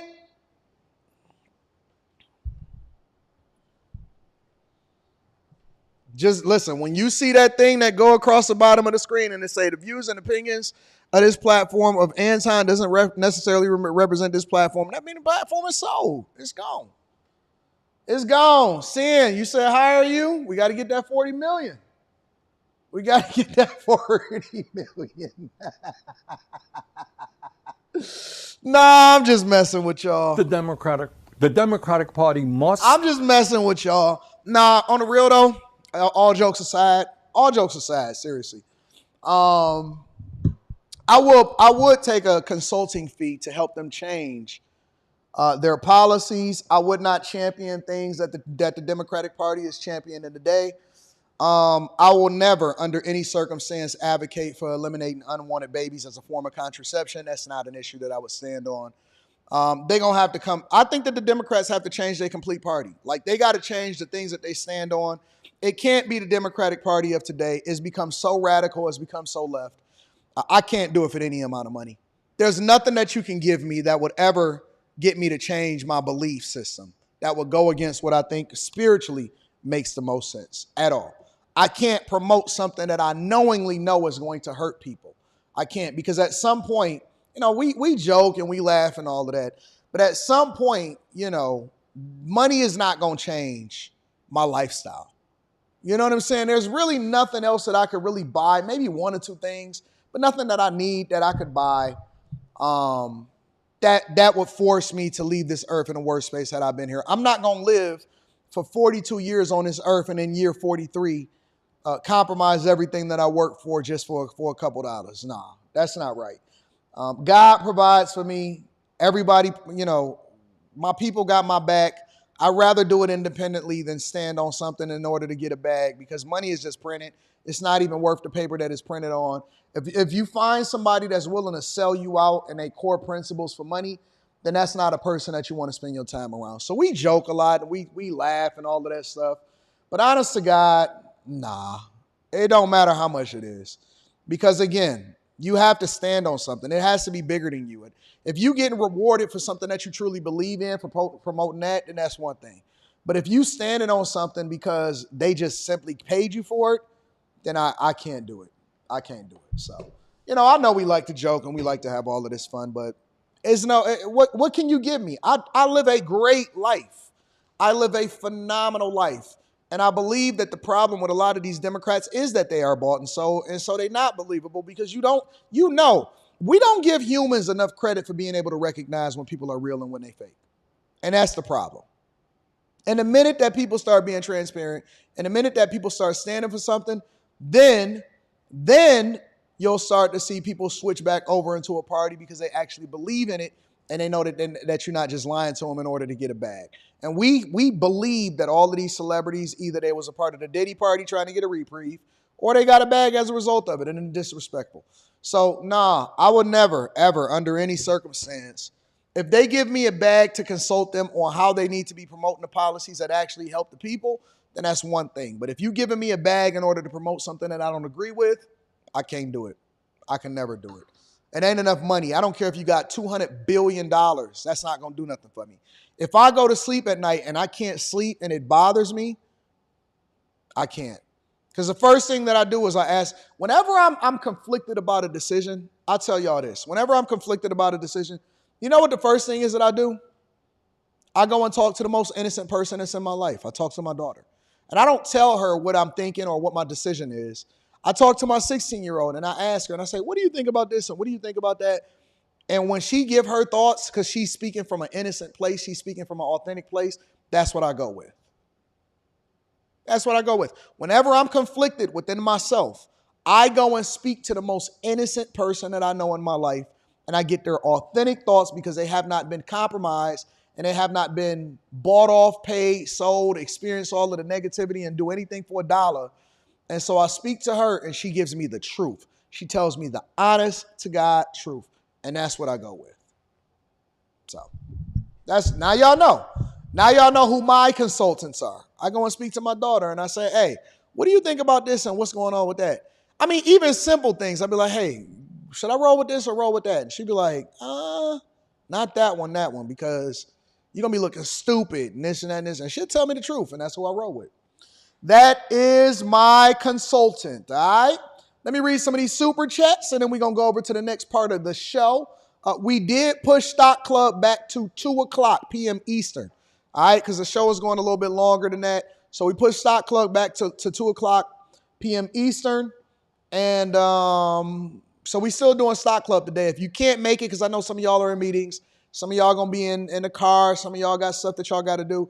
I am going to re-upload it for y'all to rewatch, but I am going to do Stock Club today, and we're not gonna miss Stock Club. Make sure y'all tapped in for Q Show tonight too. Amir White says, went to church over the weekend and I've never felt so uncomfortable a day in my life. Made me wonder, where's my ties going? I feel you. That means that you need to find a new tribe. We here for you, big dog. Jack says, Mr. Aminabine Nate Carter, illegals are coming over here for that white privilege. When they get processed, they quickly claim white is a race. Hispanics, Latinos is not a race. It is an ethnicity. They aren't a minority. They are a part of the majority. Okay, I see you. I hear you. Abe the Hunter is in the building and says, my new law. After becoming a U.S. citizen, you have to work and prove your allegiance for 12 years before you can vote. Call it a voting wall. I'm not in disagreement with that. They didn't thank you enough, union members. So Cam got sent packing. What up, though, AD? And what the almighty chat, CLM Wagoneers, union members. Shout out to Slimmy. We love Slimmy. That's my dog. Kim Warren, shout out to Kim Warren, says, this is why I propose a cash out from SSI. Yep. Opportunity over handouts that will create wealth. Yep. Agree with that. Victor says, when Democrats, communists say tax the rich, they're talking about the 1% top earners, which is $750K plus. Billionaires are smart. They dodge that policy. We all dodge it. Fly Girl Candy says, in the 1980s, the government created the crack cocaine epidemic, and now they've moved to human trafficking to fund these proxy wars. You said it, not me. I don't disagree with you, though. James Tate says, these liberals claim America is so bad, but yet people from all over the world want to live here. Shaking my head. I live in DMV, and I'll be at the Wizards game on the floor this Sunday. cheering my Pistons with my MAGA hat. You know what? I might have to go to some away games to make sure I go and cheer my Pistons on. Nobody wants to shop at Dollar General. They have to, but they don't want to. Streaming Analytics says anti-you demand. Thank you, my friend. Will the states pay for my IVF? That's reproductive. Probably not. Lakeisha, shout out to Lakeisha Watkins, says, Adebayo says, it's the economy, stupid. That's his quote, James Carville. Advanced Perception says, just like Stephen A. said, back in the day, the Dems were staunchly left. They need to get back to center left. They champion too much BS. Rob says, I heard if 19 million black babies were not aborted, Kamala could have had a fighting chance. I don't think so. I don't think she would have won under no circumstances. Under no circumstances. Anyways, last but not least, Charlamagne. We always want to bring Charlamagne to the front of the congregation because for some reason he decided to divest himself, and I'm going to read Cash App shortly. He decided to divest himself against speaking mainly about radio and embarrassing Lil Mama, and he decides he wants to play in a political world like Stephen A. Smith. Make sure y'all hit a like for the algorithm, subscribe to the channel, and turn on your notifications. Let's rock. One of the most listened to voices on the airwaves, Charlamagne the God, was an outspoken Harris supporter after she replaced Joe Biden as the Democratic nominee. I've spoken with him several times as this race unfolded, and after Election Day, I returned to his New York studio for his reaction to Trump's victory and what it means for the country. So look, this was obviously not the result you wanted, but I've heard you say you're optimistic today. Why? Because I have no choice but to be. You know, I'm an American. I live in America. I'm not one of these people that's out here saying, oh, my God, if Donald Trump becomes president again, I'm going to move. Where am I going? Yeah. Because you voted for him. Because you don't disagree with his policy. Because you actually like Donald Trump. Y'all not going to fool me. You can't fool me. What I know for sure, one thing is for sure, two things is for certain, is that these people that are pretending, I call them the great pretenders. And the reason that I call them the great pretenders is because they're not against the policies and Republicans. They're very much conservative. I, honest to God, believe that they are very much conservative and that they actually agree with Donald Trump, but they can't go against their friendship. They can't go against their bag, and they can't go against the thing that they've always championed. And instead of them being honest and saying, hey, listen, I was wrong. I actually support what Trump says. I roll with conservative policies, and I was proved wrong on every front, from Byron Donalds to Jill Stein. I've been wrong. To Laura Trump coming up there and reading me the Riot Act, I was wrong. But instead of them admitting that so that they can save face and then ultimately be looked at as a real influencer and a champion of the culture, they continue to hold back and try to act like, oh man, I got it, where I'm going to go. You can go anywhere in the world. You can literally fly anywhere in the world. Anywhere in the world. You can do it. But nope, they got to stand on it. These are the great pretenders, ladies and gentlemen. I'm here, and I do believe in the future of this country because I have no choice. And his portfolio did I think probably what level the vice up. president said in her concession speech was right on point when she said, the light of America's promise still shines bright.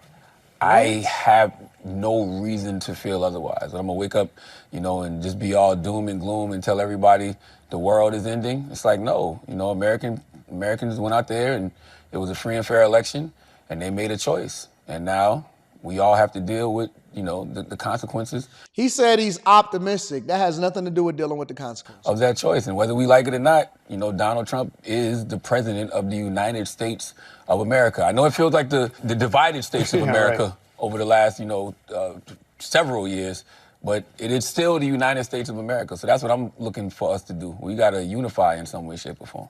You were out there. I saw you at the convention in Chicago. You interviewed Kamala Harris a couple times. Were you surprised?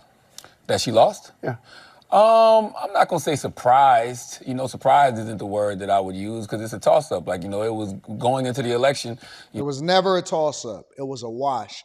I called it from the beginning. The people right here on the Millionaire Morning Show, I said that if I'm wrong, I'll eat crow, I'll come back, and I'll grovel at y'all feet, but it is going to be a landslide. And everybody was out here saying, oh, no, it's not going to be a landslide. Anton, I think you're wrong. People in the chat was saying, y'all can't wait for the Democrats to prove y'all wrong. Y'all going to have to go back. I said it's going to be a landslide. I said it's going to be, I stood on that. I said it on every channel. I screamed it at the mountaintops. I told Fox News it was going to be a landslide, that it wasn't even going to be close, that the whole country was going red. On the streets, this is what's happening. The polls, they wrong. I know what's happening on the streets. It's going to be a landslide. That's what I said. Wasn't no toss-up. Wasn't even close, because it's going to be a toss-up. He won a popular vote against a Democrat. You know that's bad. You know, they were neck and neck. I think that she needs to get a lot more credit than she probably is going to get, because the campaign was dead, you know, literally. With Biden. Oh, yeah, the campaign was dead with Biden. I know people make a lot of jokes about the whole Weekend at Bernie's thing, and they would say things like, I would vote for Biden if he was a corpse. Well, he damn near was. And, you know, there was no life whatsoever. And I think that the vice president made a lot of people sit up on the couch and pay attention and at least be curious. With Biden, everybody was just knocked out, sleep, gone. I believe that Biden would have did a better job than Kamala Harris. I do. I don't think that he would have won. I still think that it would have been a landslide. I think that Biden would have did a better job than Kamala Harris. Nobody was going with that. Boss? No, I haven't, but I can't wait to. What are you going to tell her? I'm going to tell her I love her, I value her, I appreciate her, and, you know, whatever she plans to do moving forward, I'm going to always support her, and I'm going to say what I... Anton, when you going on the Breakfast Club, you know they ain't going to extend no invitation. Man, let me tell you something. I seen Dr. Cheyenne Bryant on the Breakfast Club. You know they ain't going to never extend no invitation over to Anton Daniels with all of these criticisms that I have. No. Hell no. Why would they do that? I got too many friends that they probably consider ops. And I don't need them. You know, been saying on the radio and on my podcast that she has nothing to be ashamed about. You know, she ran a great campaign and only had 100 days to do it. Nobody thought she could even do, many excuses. You know, what it is that she did. Like, so many excuses. The first day, getting all the delegates in line. You know, raising the money that she raised. You know, digging the campaign out of a hole to where they were neck and neck on election day. And she inspired a lot of people. Neck and neck. You know, I got 4 daughters, and my 9-year-old and my 6-year-old, when I'm watching, you know, This Week ABC on Sunday morning, or I'm watching CNN or Fox or MSNBC, they're coming in and they're asking me questions about Vice President Kamala Harris. And they were, are you going to vote for the Vice President, Daddy? Yes, I'm voting for the Vice President. And when she lost, they were... Man, you know what my daughter says? You know what my daughter says? I don't know. She in school right now. It might not be conducive to call her. You know what my daughter say?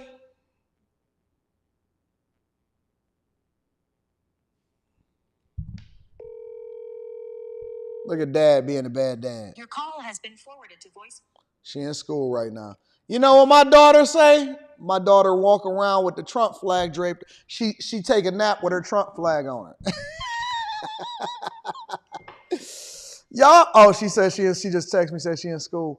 Man, listen, I don't care about none of that. Y'all keep letting y'all kids and y'all daughters and y'all wives tell y'all what to do instead of being a leader in your household. And that's why y'all house is in shambles. Y'all house is in shambles. 100%. Daddy, are you going to vote for No, I ain't voting for her. What's wrong with you? But you ain't seen what we stand for inside of this household? Look, I'm not for those of you that may not know me, because a lot of you are new here, I am what you would call a benevolent dictator, meaning that my house votes as I vote. My house sees things as I see them.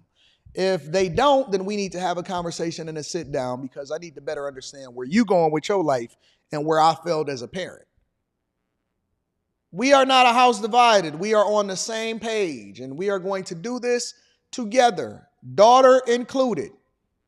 Family meeting yesterday. Had a conversation with sitting there. Went through the whole house. Hey, went in my daughter's room. I said, this is clean, but is this a reflection of what I would say is clean? She said, you're right. I said, I'll be back in an hour. Came back in an hour. The room was what it was supposed to be. I don't know what y'all thinking. All these choices. You can't even determine what you're going to eat today unless I decide what you're going to eat for you. What you mean? Are you voting for it? No, the question you should have asked me is, who are we voting for, Father, and why? Am I voting for? Is you crazy? Were upset that she was lost. So, you know, she did inspire a lot of people, and it was a historic campaign. What do you make of the demographics here? I mean, Trump got 1 out of every 3 voters of color. No. Yeah. 1 out of 33%. No. Really? Yeah. When you say color, you mean like black, brown, everything? Oh, well, I think that, you know, people have different issues that they care about, and I think that there's nobody out there that's a single issue voter. I think some of this is a backlash to race and gender and identity politics, but man, most people, they just care about keeping food on their table and keeping a roof over their head. And I think sometimes people forget about that. I think that they forget about, you know, the working class. And for whatever reason, Donald Trump speaks to the grievances of the working class in a real way. And I keep telling folks, people will forget what you did, they'll forget what you said, but they'll never forget how you made them feel. And when you go... Anton, what is a woman? I know y'all want me to do the XY chromosome conversation. It's very simple. I'm a C student. I'm a little slower than everybody else. A man is born with a penis. A woman is born with a coochie. That's what we used to say back in the day. Or you can say a vagina, if you want to just be politically correct. A man is born with a penis or a D, and a woman is born with a coochie or a vagina. That's it. Born with. That's it. No matter how you try to remix it, you can remix it. You can lay on your back. You can lay on your stomach. You can be a bottom. You can do whatever you want to do. That's how we described it when we was coming up. That's how we described it when we was coming up. I'm a C student. That's how we look at it. HBG slots. Am I the only person that used to say coochie when I was younger? See, I'm not the only one moving forward. I'm not the only one. That's how I define it. Go back to 2020. Even though it was a pandemic and it was COVID, yeah, people don't care. All they know is they got stimulus checks with his name on it, and that's what they remember. And so people think about that. When you have conversations with folks, they be like, yo, I remember how 2020 felt. And they think that they're going to feel that. I don't know how y'all do it in y'all counties, but in my county, in this next term. Yeah, I mean, how do you explain? I mean, he obviously swept the battleground states. He drove up, turnout around the country in Republican areas. But he did much better than he had done before in places like Chicago, Brooklyn, Queens. Because of dinner table issues. It's literally that simple. Every day, people wake up and all they want to do is have more money in their pocket and they want to feel safe. I don't care if you're black, white, gay, straight, whatever religion you are. Those are the two things that you're thinking about every day. How can I keep some money in my pocket and how can I stay safe? And when you look at, issues like the economy, when you look at the border, and that's what I was telling people. We had this conversation back in February. Yep. I was having conversations with folks and they was telling me, oh my God, these gangs are coming into our neighborhood and I know it's because of the border. We got to close the border. Like they were having these conversations. Mm-hmm. And I told you, John, this was the first time in my life that I heard people in my community, black people, brown people, having those conversations. So that was going to be an issue. They felt like things were safer. They felt like the border was safer, under Trump. And by the way, it's not like the Democrats didn't want border security. They just didn't know how to message it right. So that explains the 21 million people that came in during Kamala Harris's administration. Somebody said, what did somebody say up here?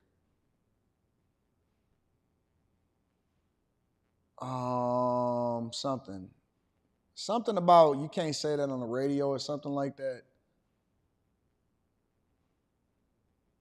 Can't say coot coot on the radio. What did y'all used to call it? What do y'all tell y'all kids? It depends on if you're getting mad at them.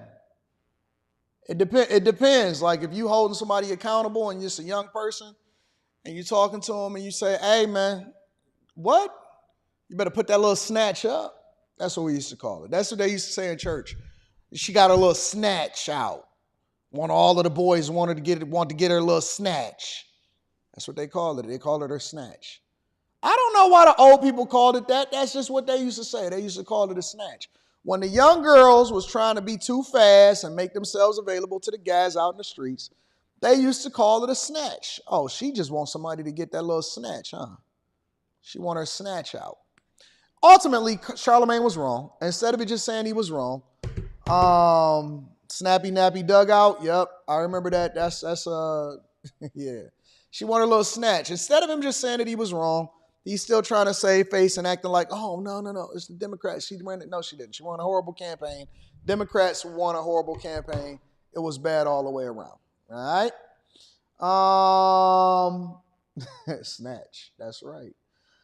CMJ says, Anton, a 21-year-old liberal black woman confidently posted online, y'all not even in a tax bracket. He's trying to help dummies, trying to clown people for voting Trump. What? That's the whole idea, is that if I'm not in the proper tax bracket, then I want to get there. And that's the reason I can't get there, is because of these liberal policies. Anton, you are the real OG. And remember when the God said he was not paying for transgender surgeries? I do. Eric Wealth Harris says the Q show should be interesting tonight. Make sure y'all tuned in. TT, what up, TT says, when will 80% of black men that voted for Kamala step up and down low? Down low. Down low. 100% down low. That's what I think. Gotta be bottoms all day long. You can't, that's the only logical explanation, unless you can give me something else better that I can really understand. It's the only logical thing I can come up with. Shout out to my dog, Dylan KO says, AD, any thoughts on Trump Bitcoin Act? I think that it's going to be great, and I think that the cryptocurrency world is going to explode. I don't know enough about it in order to advocate for it, but I'm researching it feverishly. I got some coaches that is teaching me everything about blockchain technology that I don't know in cryptocurrency. So shout out to you, Dylan KO. I appreciate you. Gone Postal says, best morning show. Salute to the best morning show. Thank you, Gone Postal. I appreciate you also. And thank you to everybody that's tuned into the Millionaire Morning Show. Again, we hit over 300,000 subscribers on this channel in particular. Approaching over 500,000 on the Anton Daniels channel, and we run it up. Make sure you guys tap into the Patreon. Link is in the description. Also, Tiege Hanley, 40% off your first order, 20% off for life.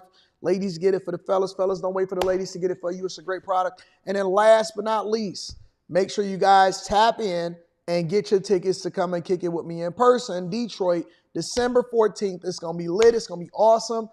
Discount code Anton. Let me know that you're here. Let me know that you got your ticket so that I can make sure that I align myself with y'all's schedules and come out and kick it with y'all in person, in real life, in real time, and make it happen. I want to give a shout out to my dog, our Maurice, in the building. Anton, new chaser here. Why are you giving the Democrats free game that explains why they are failing? They got to pay for it because they're not going to do it anyway. I'm trying to help people fix their lives. You know what I'm saying? I'm trying to help people fix their lives. I do want to let y'all know before we get up out of here, and y'all attending the Q show tonight, right?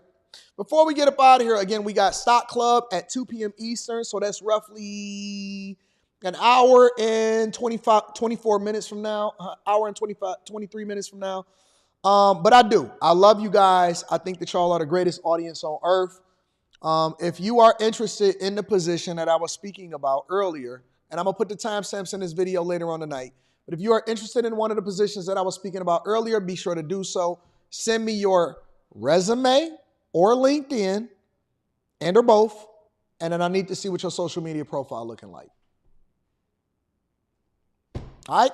Advanced Perception says, it is crazy how all of the hostility in the world stopped once Trump was announced a winner because he will push the button.